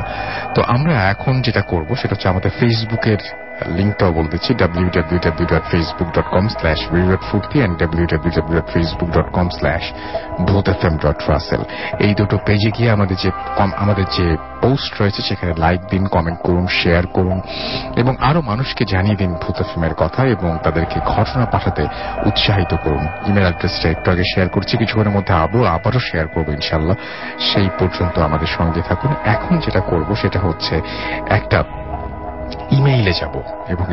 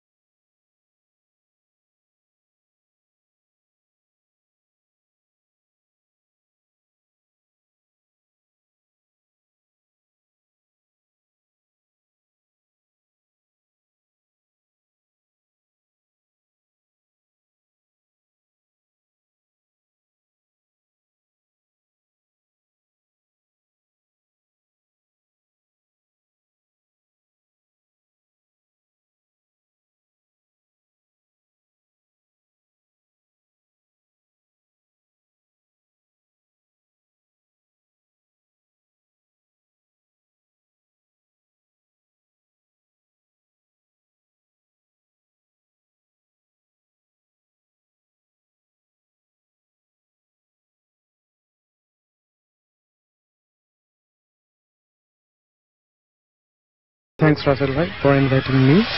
You're most welcome. I am Enke Badhan, Mohakhali থেকে এসেছি, আমার হোম টাউন টাঙ্গাইলে। ওকে, আমি সরাসরি ঘটনা চলে যাচ্ছি। তো ঘটনাটা আমার দাদু ভাইয়ের সাথে ঘটা। উনি একটা স্কুলের প্রতিষ্ঠাকালীন টিচার ছিলেন। তো ওনার আগে আমি ওনার বর্ণনাটা দিতে যাচ্ছি। তো আমার দাদু ভাই ছোটবেলা থেকে অনেক সাহসী ছিলেন। তো উনি দেখা গেছে যে বিভিন্ন ধরনের কাজ করতেন, প্লাস উনি তুলারাশির একজন মানুষ ছিলেন। তো আমরা সবাই জানি যে তুলারাশির মানুষরা অনেক কিছু করতে পারে। সো ইন্টারেস্টিং বশত দাদু ভাইয়া ছোটবেলায় বেশ কিছু কাহিনী শেখা শুরু করেছিলেন। তো এক পর্যায়ে তিনি যখন দেখলেন যে এসব জিনিসের জন্য অনেক বেশি স্যাক্রিফাইস করা লাগে, তো তিনি জিনিসটা থেকে দূরে সরে আসতে লাগলেন। সরি। তো দাদু ভাইয়ের কাহিনীটা শুরু হয়েছে, কাহিনীটা অ্যাবাউট 1986 এর দিকে। তো দাদু ভাই তার অনেক শখ ছিল যে তিনি মাছ মারতেন, রাতের বেলায় মাছ মারতেন। দেখা যেত যে যেদিন শুক্রবার ছিল, স্কুল অফ থাকতো, তার আগের দিন রাতে সবাই মিলে মাছ ধরতে বেরোতেন। তো এরকম এক বৃহস্পতিবারে দাদু ভাইয়া স্কুল থেকে ফেরার পরে আশেপাশের বাড়ির যে লোকজন ছিলেন তারা আসলেন দাদু ভাইয়ের কাছে। তো বলতেছেন যে মাস্টার সাহেব, বর্ষাকাল তো বিলে পানি আসছে, চলেন আমরা আজকে রাতে মাছ ধরবো। তো দাদু ভাইয়া এক কথায় রাজি যে আচ্ছা ঠিক আছে, আমরা রাতে খাওয়া দাওয়ার পরে বের হবো আর কি। তো 7-8টার দিকে আস্তে আস্তে সবাই খাওয়া দাওয়া শেষে আমাদের বাড়ির উঠানে সবাই জড়ো হলো। 4-5 জনের মতো আসলো, দাদু সহ 6 জন। তো দাদু ভাইয়া তার মাছ ধরার বিভিন্ন যন্ত্রপাতি ছিল, তার মধ্যে একটা ছিল কোচ, যেটা পানিতে থ্রো করে মাছ ধরে আর কি। তো দাদু ভাই সেটা ইউজ করার জন্য নিলেন, আর মাছ রাখার জন্য একটা ঝুড়ি নিলেন যেটা আপনার কোমরে বাঁধা যায়। তো এসব নিয়ে জিনিসপত্র নিয়ে সবাই একসাথে রওনা হলেন। তো রাতটা ছিল পূর্ণিমা রাত, মোটামুটি সবকিছু স্বচ্ছ ছিল। দাদু ভাইয়েরা গল্প করতে করতে আগাচ্ছেন। তো আমাদের গ্রাম থেকে কিছুটা দূরে এগিয়ে গেলেই বিলটা পড়ে আর কি, বিলের পাড়ে রাস্তাটা আছে। তো সবাই একসময় বিলের পাড়ে চলে গেলেন, আস্তে আস্তে পানিতে নামলেন। নামার পরে সবাই গল্প করতে করতে আস্তে আস্তে আগাচ্ছে। একসময় হঠাৎ করে দাদু ভাই খেয়াল করেন তার ঠিক পেছন দিকে বেশ কিছু মাছের আনাগোনা দেখা যাচ্ছে। তো রাসেল ভাই ওই টাইমে দাদু ভাই সবাইকে ডাক দিলেন, সবাই একটু সামনে ছিলেন। তো দাদু ভাই আস্তে আস্তে দেখতে দেখতে আগাচ্ছিলেন, সবাইকে ডাক দিলেন, তোমরা এদিকে আসো, এখানে ভালোই মাছ দেখা যাচ্ছে। তো দাদু ভাই আর খেয়াল করেননি ওরা ডাকটা শুনেছি কি শুনেনি। দাদু ভাই জাস্ট পাশের দিকে মুভ করে মাছ ধরা শুরু করতেছেন। তো ওরা সামনে আগায় যাচ্ছে, এক সময় মাছ পাচ্ছে না তেমন একটা, এক সময় খেয়াল করে যে দাদু ভাইয়ের কথাবার্তা শোনা যাচ্ছে না। তো দাদু ভাইয়ের দিকে পেছন দিকে ফিরে দেখলেন যে দাদু ভাইয়া বেশ কিছু দূরে তো অদ্ভুত রকম একটা কাজ করতেছেন। উনি পানিতে থ্রো করছেন, ওনার মাছ ধরার যে যন্ত্রটা আছে তো ওটা তুলতেছেন, বাট কোনো মাছ ছিল না সেখানে। দাদু ভাইয়া জাস্ট সেটা সামথিং ওখান থেকে কিছু একটা ছাড়িয়ে ওনার ঝুড়িতে রাখতেছেন। তো এটা দেখে সবাই বুঝলো যে কিছু একটা হচ্ছে দাদু ভাইয়ের সাথে। তো ওই মুহূর্তে দাদু ভাইয়ের সাথে যেটা হচ্ছিল, দাদু ভাইয়া দেখতেছেন যে সামনে প্রচুর মাছ, তিনি যে কয়বারই থ্রো করতেছেন তার যন্ত্রটা, সেই কয়বারই তার ওখানে মাছ আটকে আসতেছে, তিনি মাছ নিয়ে ঝুড়িতে রাখতেছেন। বাট দাদু ভাইয়ের মাথায় কখনো খেলে নাই আমি যে এত মাছ ধরতেছি, তো সো আমার ঝুড়িটা তো ভারী হয়ে যাওয়ার কথা, যেহেতু সেটা তার কোমরের সাথে বাঁধা ছিল, প্লাস আমার ঝুড়িটা একসময় ভরে যাওয়ার কথা। তো একসময় দাদু ভাই খেয়াল করলেন যে মাছগুলি মাঝখান থেকে সরে যাচ্ছে। দাদু ভাই ইউজুয়াল নিয়ে আর কি ব্যাপারটা ইউজুয়ালি। তো হঠাৎ করে সরে গিয়ে একটা সার্কেলের মতো স্পেস হলো, ওখান থেকে পানির নিচ থেকে চুল উঠা শুরু করছে। তো দাদু ভাই বুঝলেন যে হয়তো সামথিং ইজ রং হিয়ার। তো দাদু ভাইয়া দেখলেন যে জাস্ট একটা কাটা মাথার পেছনের অংশ পানিতে ফ্লোট করতেছে। তো দাদু ভাইয়া একটু ভয় পেলেন, বাট উনি তো এইসব মাঝে মাঝে ফেস করতেন। তো তিনি সাহস করে বললেন যে তুই যদি আমার হাতে আজকে মরতে না চাস, তুই যেভাবে আসছিস সেভাবে চলে যা। তো এরপর রাসেল ভাই ওই জিনিসটা কোনো কিছু করেনি, জাস্ট ওটা যেভাবে আসছিল সেভাবে ডুবে গেল আর কি। তো দাদু ভাইয়া ওই সময়ে মানে শুনতে পাচ্ছেন যে পেছন থেকে ডাকতেছে ওনার সাথে যারা মাছ ধরতে আসছে। তো ওনারা তাড়াতাড়ি আসলো এদিকে, বলতেছে যে মাস্টার সাহেব কি সমস্যা, আপনি এভাবে করতেছেন কেন? তো বললো চলো আগে পাড়ে উঠি, অবস্থা বেশি ভালো না, মনে হচ্ছে কিছু একটা হবে আর কি। তো সবাইকে নিয়ে দাদু ভাই পাড়ে উঠলেন, ওনাদেরকে কাহিনীটা বললেন যে আমার সাথে এটা হয়েছে, তো আজকে চলে যাই, আর কি মাছ ধরবো, পরে একদিন আসবো। তো দাদু ভাই বাসায় ব্যাক করলেন, অ্যাজ ইউজুয়াল দাদু ভাইয়ের সাথে কোনো সমস্যা হয়নি এর মাঝখানে। তো 1.5-2 মাস চলে গেছে, এটা কোনো সিরিয়াস কাহিনীও না দাদু ভাইয়ের জন্য যে ওনার মনে রাখতে হবে। তো এক সময় 1.5 মাস কি 2 মাসের পরে দাদি একদিন ওনার বাবার বাড়িতে গেছেন। তো দাদি চলে যাওয়ার পরে দাদু ভাই বাসায় একা, আমার চাচা যা ছিল সবাইকে নিয়ে চলে গেছেন। তো দাদা স্কুল থেকে ব্যাক করে রাতের খাওয়া দাওয়া করে 9টা-10টার দিকে শুয়ে পড়ছেন। তো হঠাৎ করে রাত 11টার দিকে দাদুর বাসায় নক আর কি। দাদু ভাইয়ের দরজা খুলে দেখেন যে ওনার যে শালা আছে উনি আসছেন। তো উনি বলতেছেন যে দুলা ভাই আপনার শাশুড়ির অবস্থা তো ভালো না, তো উনি যে কোনো সময় চলে যেতে পারেন, আপনি কাইন্ডলি আমার সাথে একটু আসেন, ওনার আপনাকে দেখতে চাইছে, মারা যাওয়ার আগে আপনাকে দেখতে চায়। তো দাদু ভাইয়া তো সো সিরিয়াস সেই সময় এই একটা সিচুয়েশন। দাদু ভাইয়া জাস্ট ওনার তখন স্মোক করতেন, সিগারেটের প্যাকেটটা নিলেন, লাইটারটা নিলেন, নেওয়ার পর ওনার পাঞ্জাবি পরে বের হয়ে গেলেন সাথে সাথে শালার সাথে। তো দাদু ভাইয়া খুব রাশের মধ্যে আছেন, তাড়াতাড়ি যাচ্ছেন। তো উনি খেয়াল করতেছেন যে দাদু ভাইয়া যে শালা ছিল উনি বারবার পেছনে বয়ে যাচ্ছেন। তো দাদু ভাইয়া মনে মনে বলতেছে যে আরে বেটা তোর মা অসুস্থ, যে কোনো সময় চলে যেতে পারে, তুই বললি তোর টান থাকবে না একটা, তুই বারবার পেছনে বয়ে যাচ্ছিস কেন? তো দাদু ভাই ভাবতেছে আবার যে গ্রামের মানুষ হয়তো বা কাজ টাজ করছে, টায়ার্ড, হাঁটতে পারতেছে না। তো দাদু ভাইয়া জাস্ট একটা সিগারেট ধরালেন, ধরানোর পরে পেছনে তাকে জাস্ট বলবেন যে তুমি এত ধীরে হাঁটতেছো কেন, তাড়াতাড়ি হাঁটো। তো এই মুহূর্তে দাদু ভাই দেখেন যে পুরো রাস্তা ফাঁকা, কেউ নাই রাস্তায়। তো দাদু ভাইয়া হঠাৎ করে নিজেকে ওই যে বিলে পাড়ের রাস্তাটা, ওই একটা রাস্তা ছিল আমাদের গ্রামে, ওই রাস্তাটা পাশে আবিষ্কার করলেন। তো দাদু ভাইয়া বুঝতে পারলেন যে জায়গাটা তো ভালো না, আমি আগেও বেশ কিছু জিনিস ফেস করেছি এখানে, তো আমার তাড়াতাড়ি মুভ করতে হবে জায়গাটা থেকে। দাদু ভাই অ্যাজ ইউজুয়াল আগাচ্ছেন, দোয়া দূরত পড়তে পড়তে আগাচ্ছেন, হালকা হালকা ভয় পেয়েছেন আর কি। তো সামনে যেতেই একটা বাঁশঝাড় পড়ে, তেমন একটা হন্টেড প্লেস না। তো বাঁশঝাড়টা ক্রস করার পরে রাস্তার একপাশে একটা বড়ই গাছ, একপাশে একটা তেঁতুল গাছ। তো গাছ দুটো এখনো আছে, বাট ওই টাইমে রাস্তার আশেপাশে কোনো বাড়ি ছিল না, যেহেতু বিলের পাড় ছিল আর কি। তো প্রত্যেক বছর বন্যায় সেটা ভেসে যেত, বাট এখন বাড়িঘর হয়েছে। তো দাদু ভাই হঠাৎ করে লক্ষ্য করলেন ওনার মাথার উপর দিয়ে একটা বাতাসের ঝাপটা গেল, বাট তিনি কিছু দেখতে পেলেন না। তো ঝাপটা গিয়ে তিনি হাঁটছেন, ওই গাছ দুটো সামনে আসছেন। তো হঠাৎ করে লক্ষ্য করলেন যে রাস্তার দুই পাশে দুইটা গাছ, দুইটার উপরে দুইটা পা। তো উপর দিকে তাকিয়ে দেখলেন যে বিশাল এক অবয়ব, জাস্ট ওনার শালার আকৃতি, যেটা উনি শালার সাথে আসতেছিলেন, ওনার আকৃতি অনেক বিশাল। তো দাদু ভাইয়ার দিকে তাকায় তাকায় হাসতেছে। দাদু ভাইয়া ভালোই ভয় পেলেন, বাট সেটা প্রকাশ করতেছেন না। তো দাদু ভাইয়ের দিকে তাকায় বলতেছে যে তোর তো খুব সাহস, তুই আমাকে একদিন থ্রেট দিছিলি, তো আজকে একা পাইছি তোকে, সেদিন একা ছিলি না, আয় দেখি কেমন পারিস। তো দাদু ভাই এটা শোনার পরে ভালোই ভয় পাইছেন, উনি দোয়া দূরত পড়তেছেন, প্লাস ওনার যে প্রসিডিউর গুলি জানেন সেগুলি পড়তেছেন, বাট কোনো কিছুতে কাজে দিচ্ছে না। তো উনি একটা সিগারেট বের করলেন। সবাই আমরা জানি যে আগুন টাগুন থাকলে এইসব প্যারানরমাল অ্যাক্টিভিটিস একটু দূরে থাকে। তো দাদু ভাইয়া এগুলো করতেছেন, প্লাস সিগারেট ধরালেন, দেখলেন যে তাতেও কাজে দিচ্ছে না। এক সময় ওইটা গাছ থেকে নেমে এসে বিভিন্ন প্রাণীর বেশে, যেমন হাতি, তারপরে বাঘ, বিভিন্ন ভয়ঙ্কর রূপের উপরে দাদু ভাইয়ের দিকে এগিয়ে আসতেছে। তো দাদু ভাই ঠিক সামনে এসে ওটা দাদু ভাইকে পাস করে চলে যাচ্ছে বডির মাঝখান দিয়ে। দাদু ভাই কিছু বুঝতেছেন না, জাস্ট লাইক একটা বাতাসের ছোঁয়া লাগছে, কাইন্ড অফ দিস থিং। তো এক সময় দাদু ভাই দেখতেছেন যে কোনো কিছুতেই কাজে দিচ্ছে না। তো ওনার সেই সময় মনে পড়লো যে ওনার যে শিক্ষাগুরু ছিল, মানে যিনি এগুলি ওনাকে টিচ করেছিলেন, তো উনি মারা যাওয়ার আগে দাদু ভাইয়ের সাথে একবার দেখা হয়েছিল। তো উনি বলছিলেন যে দেখ, তুই তো খুব বেশি কাহিনী শিখিস নি, তো আমি তোকে একটা তাবিজ দেবো, এই তাবিজটা আমার সাথে থাকতে সব সময়, আমার তো বয়স শেষের দিকে, তুই তোর সাথে রাখ, যদি কোনোদিন খুব ভয়ঙ্কর বিপদে পড়িস তো এই জিনিসটা এইভাবে কাজে লাগাবি। তো দাদু ভাই মনে পড়লো, দেখলেন যে হাতে তাবিজটা আছে। তো দাদু ভাইয়া তাবিজটা খুলে হাতের মুঠোয় নিলেন, সেটা যেরকম প্রসিডিউর ছিল সেটা ফলো করলেন উনি।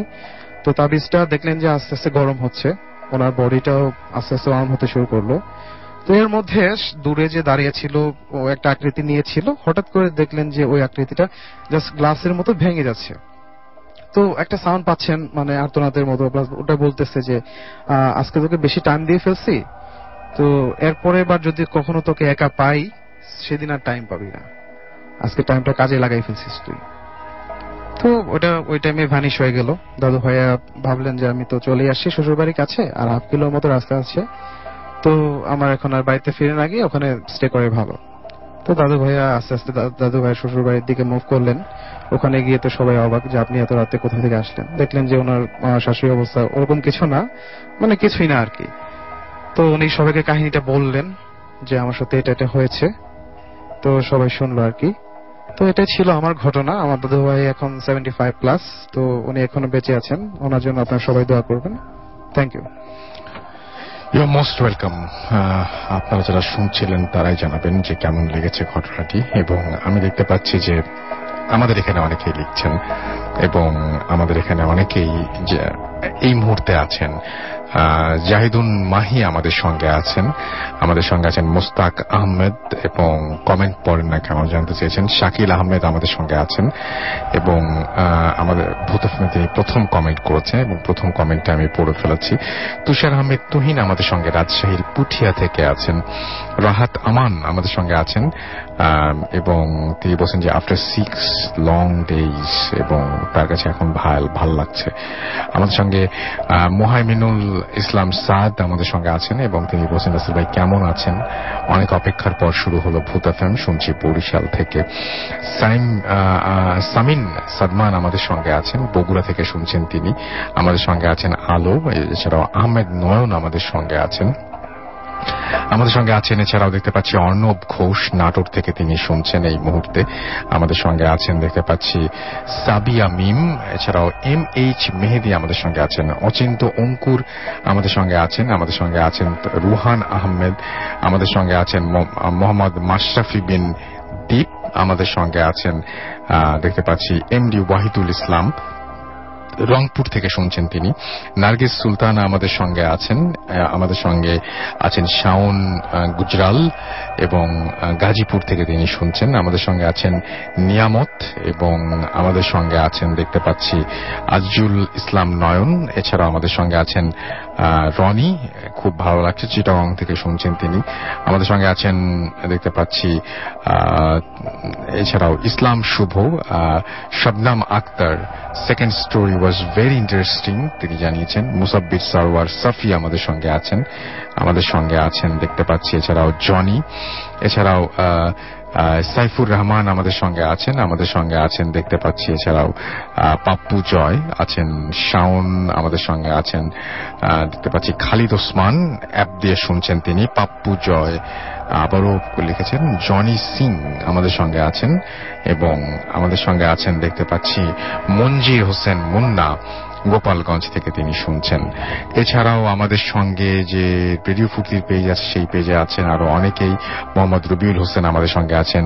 আমাদের সঙ্গে আছেন আব্দুল্লাহ আল গালিব এবং তিনি বগুড়া থেকে শুনছেন। আমাদের সাথে আছেন দেখতে পাচ্ছি BM রোহান এবং আমাদের সঙ্গে আছেন দেখতে পাচ্ছি এছাড়াও গালিব আমাদের সঙ্গে আছেন, আলিফ হাসান আলিফ আমাদের সঙ্গে আছেন। এছাড়াও আমাদের সঙ্গে আছেন শাওন আচার্য, রেগুলার তিনি শোনেন সেটা জানিয়েছেন। রক নয়ন আমাদের সঙ্গে আছেন, হৃদয় আমাদের সঙ্গে আছেন, আলিশা রহমান আমাদের সঙ্গে আছেন। আমাদের সঙ্গে আছেন দেখতে পাচ্ছি এছাড়াও ফারদিন আহমেদ এবং SSC এক্সাম আসছে, তারপরেও তিনি ভূত এফএম শুনছেন, পড়াশোনাটাও ঠিক মতো করবেন আশা করব। আমাদের সঙ্গে আছেন পারভেজ, এছাড়াও আছেন MD তানভীর, মিমিক আমাদের সঙ্গে আছেন। আমাদের সঙ্গে আছেন প্রান্ত রহমান, MD নাবিল আহমেদ আমাদের সঙ্গে আছেন, আশিকুর রহমান রাসেল আমাদের সঙ্গে আছেন। আমাদের সঙ্গে আছেন সালিকিন মুস্তাক সিয়াম সহ আরো অনেকে। তো আমরা যেটা করবো সেটা হচ্ছে একটা ছোট্ট বিরতি নিব এবং বিরতির পরে আবারও ফিরে আসবো আমাদের নতুন অতিথি নিয়ে। সেই পর্যন্ত আমাদের সঙ্গেই থাকুন।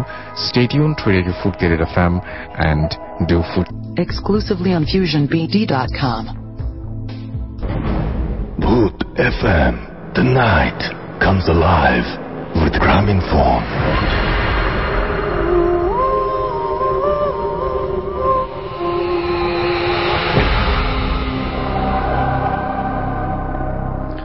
Yes, the night comes alive with Graminphone. You are listening to Radio Food Career FM. আমি রাসেল আছি সাথে, আমার সাথে রয়েছেন মাসুম ভাই এবং আজকের অতিথিরা। আপনাদের সবাইকে আরো একবার স্বাগত জানাচ্ছি ভূত এফএম এবং সেই সাথে আপনাদেরকে জানিয়ে দিচ্ছি যে আমাদের ইমেল অ্যাড্রেস হচ্ছে bhutfm@radiofurti.fm, which is bhwtfm@radiofurti.fm। আপনার নাম, ঠিকানা এবং ফোন নাম্বার সহ আপনার জীবনে ঘটে যাওয়া বা আপনার জানা সেরা ঘটনা লিখে পাঠিয়ে দিন আমাদের কাছে। ঘটনার শুরুতে অবশ্যই উল্লেখ করুন যে ঘটনাটা আপনি স্টুডিওতে এসে শেয়ার করতে চান নাকি আপনি চান যে আপনার ঘটনা আমরা পড়ে শোনাই। আর যারা দেশের বাইরে আছেন তারা সরাসরি অডিও ক্লিপ পাঠিয়ে দিতে পারেন বা লিখেও পাঠাতে পারেন আমাদের ঘটনা। তো আমাদেরকে এখন যিনি আরো একটা ঘটনা শোনাবেন তার সাথে আপনারা একটু পরিচয় করে দিয়ে আপনার নামটা প্লিজ একটু বলবেন, কোথা থেকে এসেছেন, কাছ থেকে বলতে হবে, এবং তারপরে আপনার ঘটনায় যাব আমরা। আমার নাম হচ্ছে রাকিবুল ইসলাম, আর আমি হচ্ছি ঢাকা ক্যান্টনমেন্ট থেকে আসছি, আর হোম ডিস্ট্রিক্ট ভোলা বরিশাল। জি, শুনি আপনার ঘটনা। ভাইয়া, ঘটনা বলার আগে আমি একটু একটা হ্যাপি মোমেন্টের কথা বলবো। সেটা হচ্ছে 2015 সালের আপনাদের একটা স্পেশাল এপিসোড ছিল, সেটা হচ্ছে 13 ফ্রাইডে। তো আমি আগে রেগুলার ভূতগল্প শুনতাম। তো ওই দিন আমার আম্মু হঠাৎ করে বলছে যে কি করতেছিস? তো আমি বললাম যে ভূতগল্প শুনছি। বলছে কি, দেখি তো একটু। তো ওই দিন আমার আম্মু আর আমি একসাথে ভূতগল্প শুনছিলাম। তো তারপরের দিন আমার আম্মু আর কি মারা যান। তো সবাই আমার আম্মুর জন্য দোয়া করবেন। আচ্ছা, তো আমি আমার ঘটনায় চলে যাচ্ছি। আমার ঘটনা স্যাড একটা ব্যাপার, যাই হোক। জি, আপনার ঘটনা। ওই দিনটা ছিল আর কি আমার জন্য খুব বেস্ট। একসাথে দুজনে হেডফোন দিয়ে, মানে আমার কানে একটা হেডফোন, আমার আম্মুর কানে একটা হেডফোন। তো এর জন্য একটু শেয়ার করলাম। ওকে, তো ঠিক আছে, আর ধন্যবাদ ভাই আমাকে এখানে ডাকার জন্য। তো আমি আমার ঘটনায় চলে যাচ্ছি। সেটা হচ্ছে আমার বড় কাজিনের সাথে এই ঘটনাটি ঘটছে আমাদের গ্রামে। আমাদের গ্রাম হচ্ছে ভোলা জেলার বোরহানুদ্দিন উপজেলার ছোটমানিকা গ্রামে। আচ্ছা। তো ওই দিন ছিল শীতের ইয়া ছিল, মৌসুম ছিল। তো আমার ভাইয়া হচ্ছে বাসা থেকে মানে বাজারে যায়। তো ওই দিন বেসিক্যালি আমাদের গ্রামে হাট বসে আর কি, সপ্তাহে 2 দিন। সেটা হচ্ছে রবিবার আর বুধবার। তো ওই দিন কোনো হাটবার ছিল না, বাট আমার ভাই এমনিতেই বাজারে গেছে হচ্ছে মানে মুভি দেখতে, কারণ আমাদের গ্রামে বিদ্যুৎ ছিল না, বাট বাজারে বিদ্যুৎ ছিল। আচ্ছা। তো ভাইয়া মুভি দেখতে দেখতে এখানে ঘুমিয়ে পড়ে।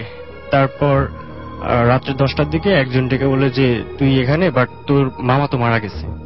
তো ভাই এটা শুনে তো খুব অবাক। তারপর দেখা যায় ঘড়িতে রাত 10টা বাজে। তো একবার ভাবে যে হ্যাঁ, এত রাত্রে মানে কিভাবে যাব। আর বলে রাখা ভালো যে আমাদের বাড়ি থেকে বাজার হচ্ছে প্রায় 3 কিলোমিটার দূরে, আর প্রচুর অন্ধকার রাত।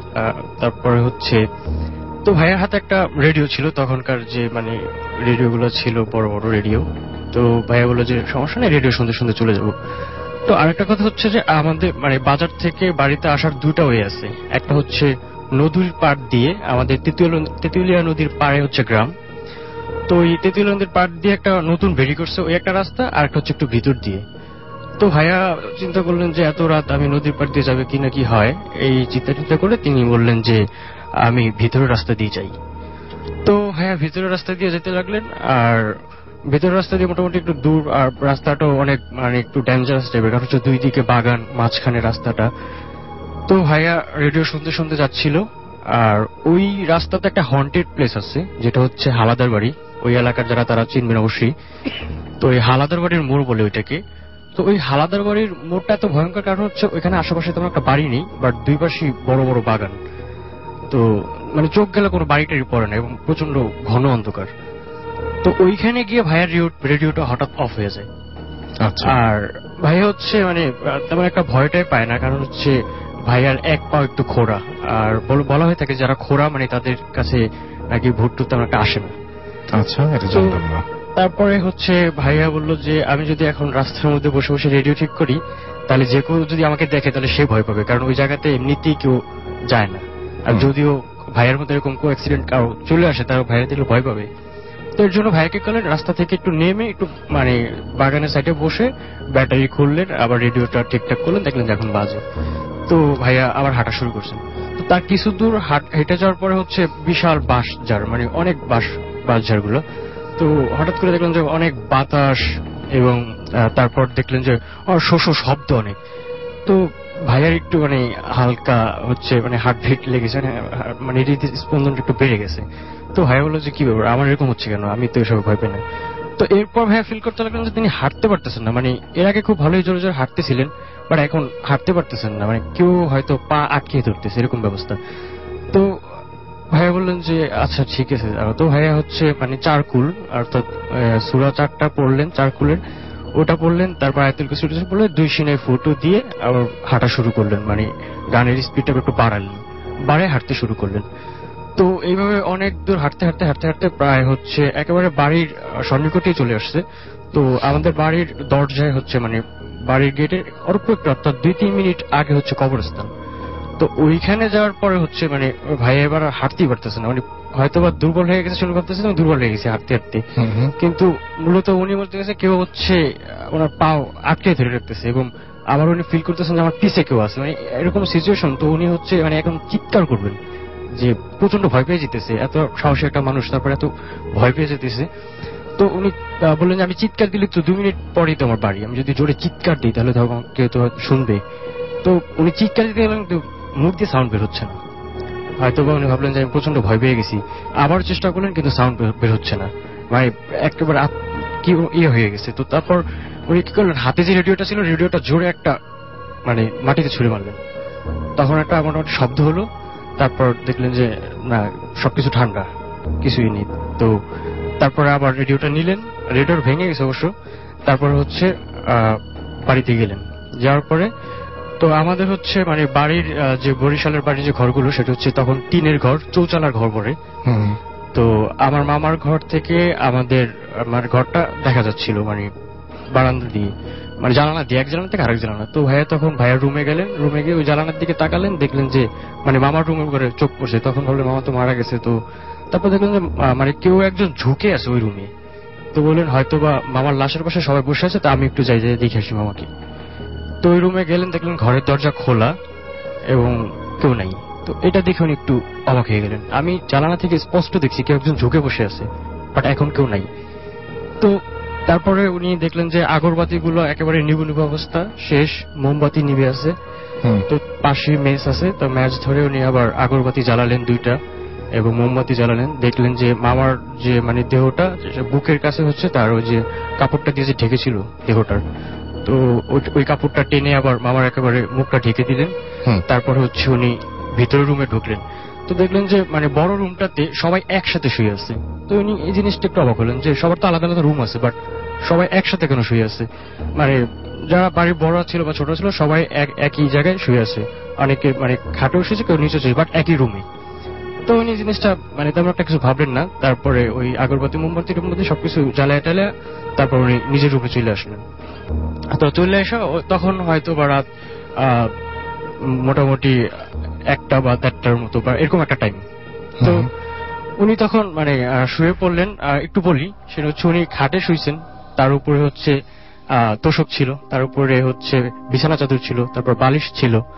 আর উনি শীতকাল ছিল যেহেতু উনি গেঞ্জি পরেই শুয়ে পড়লেন, প্যান্টও পরা ছিলেন। তারপর উনি হচ্ছে ল্যাব ইউজ করছেন, কম্বল নিছেন, সবকিছু নিয়ে মোটামুটি ভালো একটা শুয়েছেন। শোয়ার সাথে সাথে উনি একটা টায়ার্ড ছিলেন, ঘুমিয়ে পড়লেন। তো হঠাৎ করে উনি জেগে উঠলেন।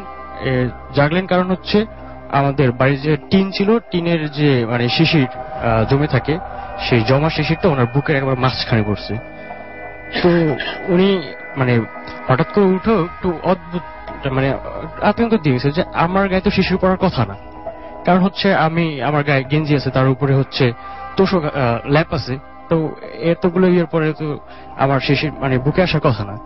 তো তারপর উনি মানে যেটা ফিল করলেন, মানে সেটা উনি নিজে ফিল করে মানে অবাক হয়ে গেলেন। মানে এরকম মানে কিভাবে বোঝাবো, সেটা হচ্ছে যে ওনার গায়ে তো কিছু নাই এবং হচ্ছে ওনার যে তোষক কিচ্ছু নেই, শুধু খাটটা পড়ে আছে, বালিশ, রেডিওটাও ছিল পাশে সেটাও নাই, ওনার হাতের যে ঘড়ি ছিল মানে ছিল কিচ্ছু নাই। একেবারে উনি মানে অবাক, উনি পুরো প্রচন্ড ভয় পেয়ে গেছে, হার্টবিট বেড়ে গেছে যে এটা কি হলো, কিভাবে সম্ভব, আমাকে কেউ মানে এরকমটা কোনো সম্ভব না। তারপর উনি তাড়াতাড়ি একটা লুঙ্গি পরে তারপর ভাবলেন যে এটা তো কোনোদিনও পসিবল না, আমাকে যদি কেউ এরকম ফাইজলামি করে করো, একে তো হচ্ছে একটা মানে আমার মামা মারা গেছে, এরকম ফাইজলামি কেউ করবেও না, আর যদিও করে আমি তো অবশ্যই ঘুম ভাঙবে, কারণ আমাকে হচ্ছে সরিয়ে তারপর কি হলো। তো তারপর হচ্ছে উনি ভাবলেন যে কেউ অথবা করতেও পারে। তারপর তিনি একটু বাড়ি থেকে মানে ঘর থেকে বের হলেন, বেরিয়ে ওইদিকে দেখলেন বাট কেউ নাই। পরে উনি এই বিষয়টা হচ্ছে বাড়িতে যে আমাদের নানা হচ্ছে হুজুর ছিল, তো ওনার কাছে শেয়ার করে। তো উনি বলে যে যখন লাশ মারা যায় তখন নাকি লাশ খেকো আসে তাকে খাওয়ার জন্য। তো যখন লাশকে খেতে আসে তখন ওই শব্দ শুনে যদি কেউ একা এক রুমে ঘুমায়, তো ওই দিন আমার ভাইয়া এক রুমে শুইছে, আর এর জন্য হচ্ছে সবাই একসাথে শুইছে। মূলত বিষয়টা সবাই জানতো, আমার ভাইয়া জানতো না। আচ্ছা, তো এর জন্য যদি ওই একা একজন শুনে দেখে আগে ওনাকে আর কি মারে, তারপর হচ্ছে লাশ খায়। তো আমার ভাইয়ের ভাগ্য ভালো ছিল যে উপরে শিশির পরে আর কি ভাইয়া বেঁচে যায়। তো এটাই ছিল আমার ঘটনা। Thank you so much. আপনার ঘটনার জন্য আপনাকে অনেক ধন্যবাদ। আমরা চলে যাব আমাদের আজকের যে শেষ অতিথি তার কাছে, এবং তার একটা ঘটনা আমরা শুনবো এবং আশা করছি যে আপনারা আমাদের সাথে থাকবেন। জি, থ্যাংক ইউ রাসেল ভাই, আসসালামু আলাইকুম। আশা করি আপনি ভালো আছেন। জি, আমার নাম মোহাম্মদ আমিনুল ইসলাম মাহিদ। আমি ঢাকার কচুঘাট থেকে এসেছি, ক্যান্টনমেন্ট, আর আমার বাড়িও বরিশালে। শুনি আপনার ঘটনা। যে ঘটনা যেদিন ঘটেছিল 2012 সালের ডিসেম্বর মাসের 31 তারিখে। তো আমরা ফ্রেন্ডরা মিলে এবং বড় ভাইরা মিলে একটা পার্টির অ্যারেঞ্জ করার চিন্তা ভাবনা করছিলাম। তো ওই অনুযায়ী আমরা সবকিছু প্রিপারেশন নিলাম। তো সন্ধ্যার দিকে আমি যখন আমাদের ওই ছাদে যখন গেলাম, মানে যেখানে আমরা সিলেকশন করছিলাম পার্টির অ্যারেঞ্জের, ওইটা ছিল আমাদের বিল্ডিং এর ছাদের, কচুক্ষেতের কোন এক বিল্ডিং এর ছাদের। তো ওই ছাদে আমি সন্ধ্যার দিকে যখন উঠলাম, ওঠার পরে ওখানে আমরা 2টা কুকুর পালতাম, বাচ্চা কুকুর। তো যখন আমি ভিতরে ঢুকলাম, ছাদের গেট খুলে যখন ভিতরে ঢুকলাম, তো সাথে সাথে 2টা কুকুরই আমার দিকে দৌড়ে আসলো। আসার পরে একটা কুকুর কোন মানে উত্তর দিকে তাকায় ঘেউ ঘেউ করতেছিল, আর আরেকটা কুকুর আমার পা ধরে টানতেছিল, মানে পায়ের যে বটা থাকে প্যান্টের, তো ওইটা ধরে টানতেছিল। তো টানতে টানতে একটা পর্যায়ে আমাকে গেটের দিকে নিয়ে যাচ্ছিল, আর আরেকটা কুকুর ওর মতো চিৎকার করতেছিল। তো এমন সময় আমি চিন্তা করলাম যে ওই কুকুরটা কেন চিল্লাচিল্লি করতেছে আর ও আমাকে কেন টানতেছে। পরে মনে মনে চিন্তা করলাম হয়তো বা ও এমন কিছু দেখছে যেটা আমি দেখতে পাচ্ছি না। তো এই চিন্তা কইরা তারপর আমি একটু অ্যাভয়েড করলাম, কারণ এই বিল্ডিং এ অনেক উইয়ার্ড টাইপের অ্যাক্টিভিটিস ঘটে, যেটা এর আগে শুনছিলাম বড় ভাইদের মুখে। তো ওই বিল্ডিং এর 6 নম্বর ফ্লোরে আমার ফ্রেন্ড শোভন থাকে। তো ওর আসার কথা ছিল, তো আমি ওই পিলারের পাশে যা ওকে ডাক দিলাম, তারপরে ও উপরে আসলো। তারপরে ও উপরে আসার পরে আমরা কথাবার্তা বললাম কিভাবে কি করব। তো তারপরে বাসায় চলে গেলাম নাস্তা করার জন্য, কারণ আমরা সবাই চিন্তা করছিলাম যে বাসায় টুকটাক খাওয়া দাওয়া করে তারপরে আমরা অ্যারেঞ্জমেন্ট শুরু করব, কারণ আমাদের যে একটা অ্যারেঞ্জমেন্ট আছে ওটা করতে করতে অনেক দেরি হবে। তো তারপরে আমরা 10টার দিকে আমরা সবাই আবার ছাদের এখানে একত্রিত হইলাম। তো আমাদের একটা বড় ভাই ছিল রবিন ভাই। তো রবিন ভাই চিন্তা করলো যে এখানে শুধু শুধু বসে থেকে আমার যে ডেস্কটপটা আছে, ডেস্কটপটা ছাদে নিয়ে আসি, এখানে আমরা গল্প শুনবো অথবা গান টান শুনবো। এই চিন্তা করা অনুযায়ী আমরা সবাই তার ডেস্কটপ, তারপর তার যে টেবিল, এগুলো সবকিছু ছাদে নিয়ে গেলাম। আর ছাদে কারেন্টের লাইন দেওয়ার সুযোগ ছিল, তো ওইখান থেকে আমরা লাইন দেয়া তারপরে গান শোনা শুরু করলাম। তো ওই 2012 সালের ওই সময় কিছু আইটেম সং ছিল ইন্ডিয়ান, তো ওই গানগুলো আমরা শুনতেছিলাম। তো গান শোনার সময় আমি ছিলাম সবার ডান পাশে, আর আমার বাম পাশে ছিল বড় ভাইরা, আর আমার 2টা ফ্রেন্ড ওরা অন্য পাশে খিচুড়ি রান্না করার জন্য ওইখানে সবকিছু প্রিপারেশন নিচ্ছিল আর কি। তো গান শোনার ফাঁকে দিয়ে এক সময় হঠাৎ করে কে যেন আমাদের যে বক্সটা থাকে, সাউন্ড বক্স যেটা আমরা বলি, তো ওইটার ভিতর কে যেন লাথি মারছে। তখন ছিল শীতকাল ছিল আর কি। এখন এই শীতকালে এত বাতাস নাই যে একটা সাউন্ড বক্স লাথি মেরে ওইটা কমপক্ষে 6-7 ফিট দূরে ফালানোর মতো কোনো সময় নেই, আর মানে কোনো হওয়া বা এটা এত দূরে যাওয়া সম্ভব না। আর তাছাড়া কেউ যদি এটা আমাদের মধ্যেই কেউ যদি করতো, তাহলে অ্যাটলিস্ট আমি দেখতাম যে এখান থেকে ও গেছে, ও করছে এটা। আবার এটার এই যে সাউন্ড বক্সটা ছিল, এটার পিছনে একটা ওয়াল ছিল, মানে রেলিং ছিল বিল্ডিং এর। এখন পিছন থেকে যদি কেউ ইটা মারতো বা কোনো কিছু করতো, এটা সম্ভব না, কারণ ওই পাশে কোনো কিছু নাই। আবার সামনে যে ফ্রেন্ডরা আছে ওরা তো ওদের মতো কাজ করতেছে, যদি ওরা মারতো তাহলে এই বক্সের উপরে যে ওয়েফারের উপরে যে ছোট ইয়াগুলো থাকে, এগুলো কেন এই ঝামেলাটা হয়েছে তাহলে মনে করেন? জি, এই ঝামেলাটা তাহলে কেন হয়েছিল বলে মনে করেন, কি কারণে? এখন আমার কাছে মনে হইতেছে এটা এমন কেউ মানে উইয়ার্ড, মানে কোনো কিছু হইতে পারে। যেমন আমার যেটা মনে হয় হইতে পারে কোনো ভালো কোনো জিন এখান থেকে যাচ্ছিল, যে আমরা গান শুনতেছিলাম সেটা পছন্দ করেনি বলে আপনারা মনে করছেন, এবং আপনারা সবাই সেটা দেখেছেন নিজের চোখের সামনে। ওকে, থ্যাংক ইউ সো মাচ, আপনার ঘটনার জন্য আপনাকে ধন্যবাদ। আমরা দেখতে পাচ্ছি যে আমাদের কাছে বেশ কিছু মেসেজও আছে, এবং সেই সাথে আমাদের সাথে বেশ কিছু ঘটনা আছে। তো আমরা একটা অডিও ক্লিপে যাব, এবং তার আগে একটা বিরতি নিব, এবং বিরতির পর একটা অডিও ক্লিপ শুনবো, এবং তারপরে আবারও ফিরে আসবো। সেই পর্যন্ত আমাদের সঙ্গে থাকুন। স্টে টিউনড টু রেডিও ফুর্তি FM and do ফুর্তি। Bhoot FM. The night comes alive with Graminphone.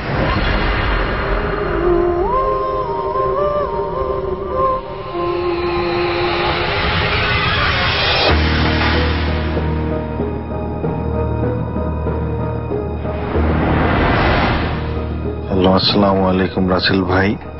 আমি রিজন ফরিদপুর থেকে বলছি। আপনাকে জিজ্ঞাসা করব না যে কেমন আছেন, কারণ আপনি সবসময় ভালো থাকেন এবং সবসময় ভালোর দলে। যাই হোক, কথা বাড়াবো না। আমার সঙ্গে ঘটে যাওয়া একটা ঘটনা, তখন আমি ক্লাস মেবি 9-এ পড়ি। হ্যাঁ, 9-এ পড়ি। আমাদের স্কুল ফ্রেন্ডদের সঙ্গে স্কুলে একটা পিকনিকের আয়োজন করি আমরা, আমরা ফ্রেন্ড সার্কেল মিলে রাতে খাওয়া দাওয়া করবো, গল্প টল্প করে পরে আমরা বাড়ি ফিরবো। আমি আমার 4 ফ্রেন্ড, সঙ্গত কারণে ওদের নামটা উল্লেখ করছি না, তাদের পারমিশনের একটা ব্যাপার আছে, তো এর জন্য যেরকম আমরা 4 ফ্রেন্ড। আমাদের স্কুলের নাম ফরিদপুর মহিউদ্দিন বহুমুখী উচ্চ বিদ্যালয়, ওখান থেকে কমলাপুরে অবস্থিত।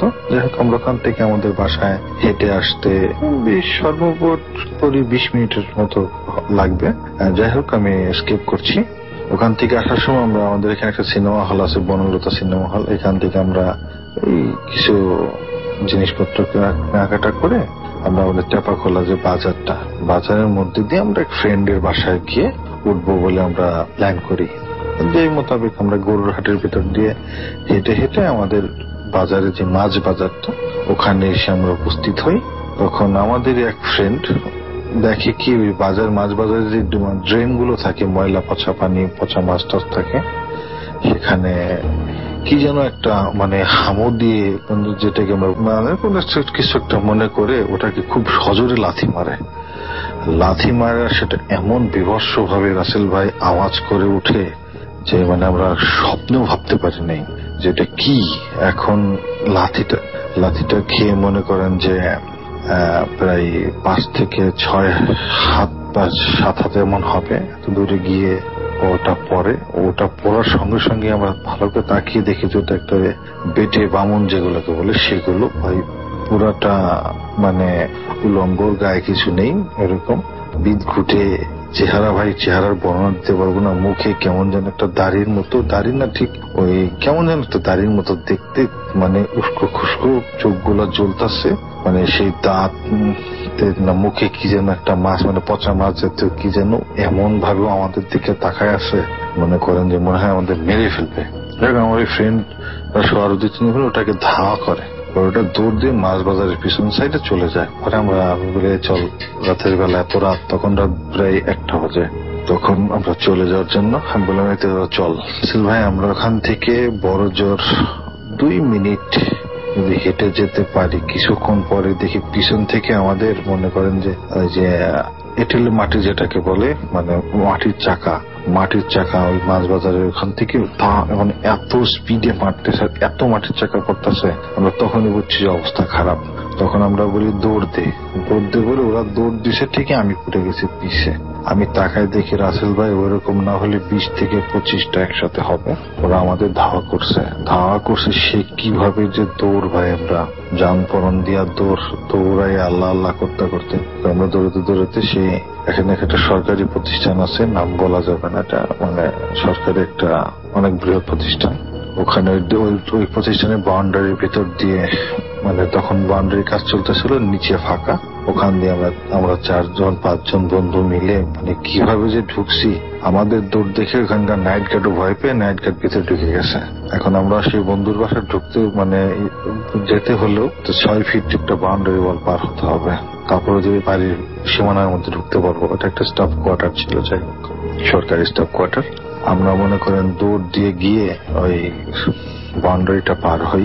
বাউন্ডারি পার হয়ে ভাই মানে কোন রকম ভাবে পার হয়ে তখন দেখি ওগুলো মনে করেন যে চলে আসছে অটোমেটিক, মানে দেখা যাচ্ছে ওগুলোকে লাইটের ওখান থেকে স্পষ্ট আমরা দেখতে পাচ্ছি। আপনি বিলিভ করবেন কিনা জানি না, আসলে যাদের সঙ্গে ঘটে তারাই ঠিক বলতে পারে যে ঘটনাটা কিভাবে ঘটলো। আমরা 5টা লোক ইভেন ওই দারোয়ান পর্যন্ত সাক্ষী, সে আজও বেঁচে আছে।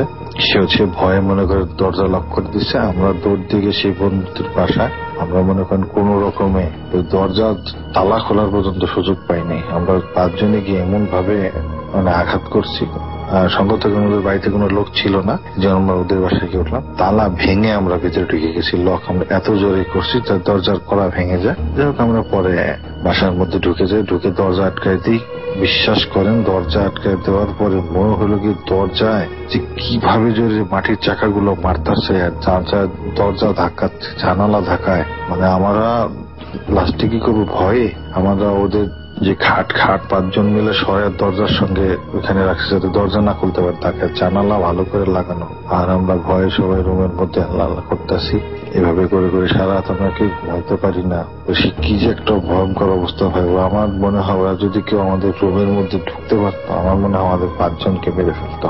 যাই হোক রাসেল ভাই এমনি করে সারা রাত ওভাবে আমরা ভয়ে ভয়ে ছিলাম। তারপরে ফজর আজান দিল, যখন পুরা মানে আলো হয়ে গেল, বাইরে পাখির ডাক শব্দ, তখন আমরা বুঝলাম যে আর ভয় নেই। তখন আমরা দরজা খুলে দেখি ওদের দরজার বাইরেই বড় বড় ইটের দলা, মানে মাটির ইটের দলা এগুলো ছিল। পরে আমরা আশপাশের লোকজনকে বললাম যে আপনারা শুনেন না, আমরা এভাবে চিৎকার করছি, তারা নাকি কিছু শুনতে পায়নি। সেটা হচ্ছে প্রাকৃতিক ব্যাপার। এই ঘটনা রাসেল ভাই যদি ভালো লেগে থাকে আমার কাহিনীটা শোনাবেন, জীবনের বাস্তব অভিজ্ঞতা। ভালো থাকবেন রাসেল ভাই, আল্লাহ হাফেজ। ভূতপ্রেমের জয় হোক। Bhoot FM. The night comes alive with Graminphone.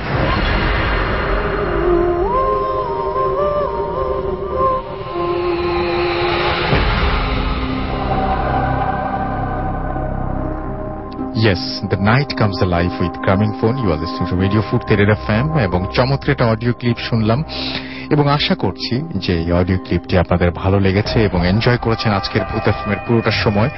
And thank you very much যে এতক্ষণ পর্যন্ত আমাদের সঙ্গে ছিলেন। আরো অনেক কিছু পড়ার ইচ্ছা ছিল বাট সময় নেই, ঘড়ির কাঁটা বলছে যে এখন বিদায় নিতে হবে।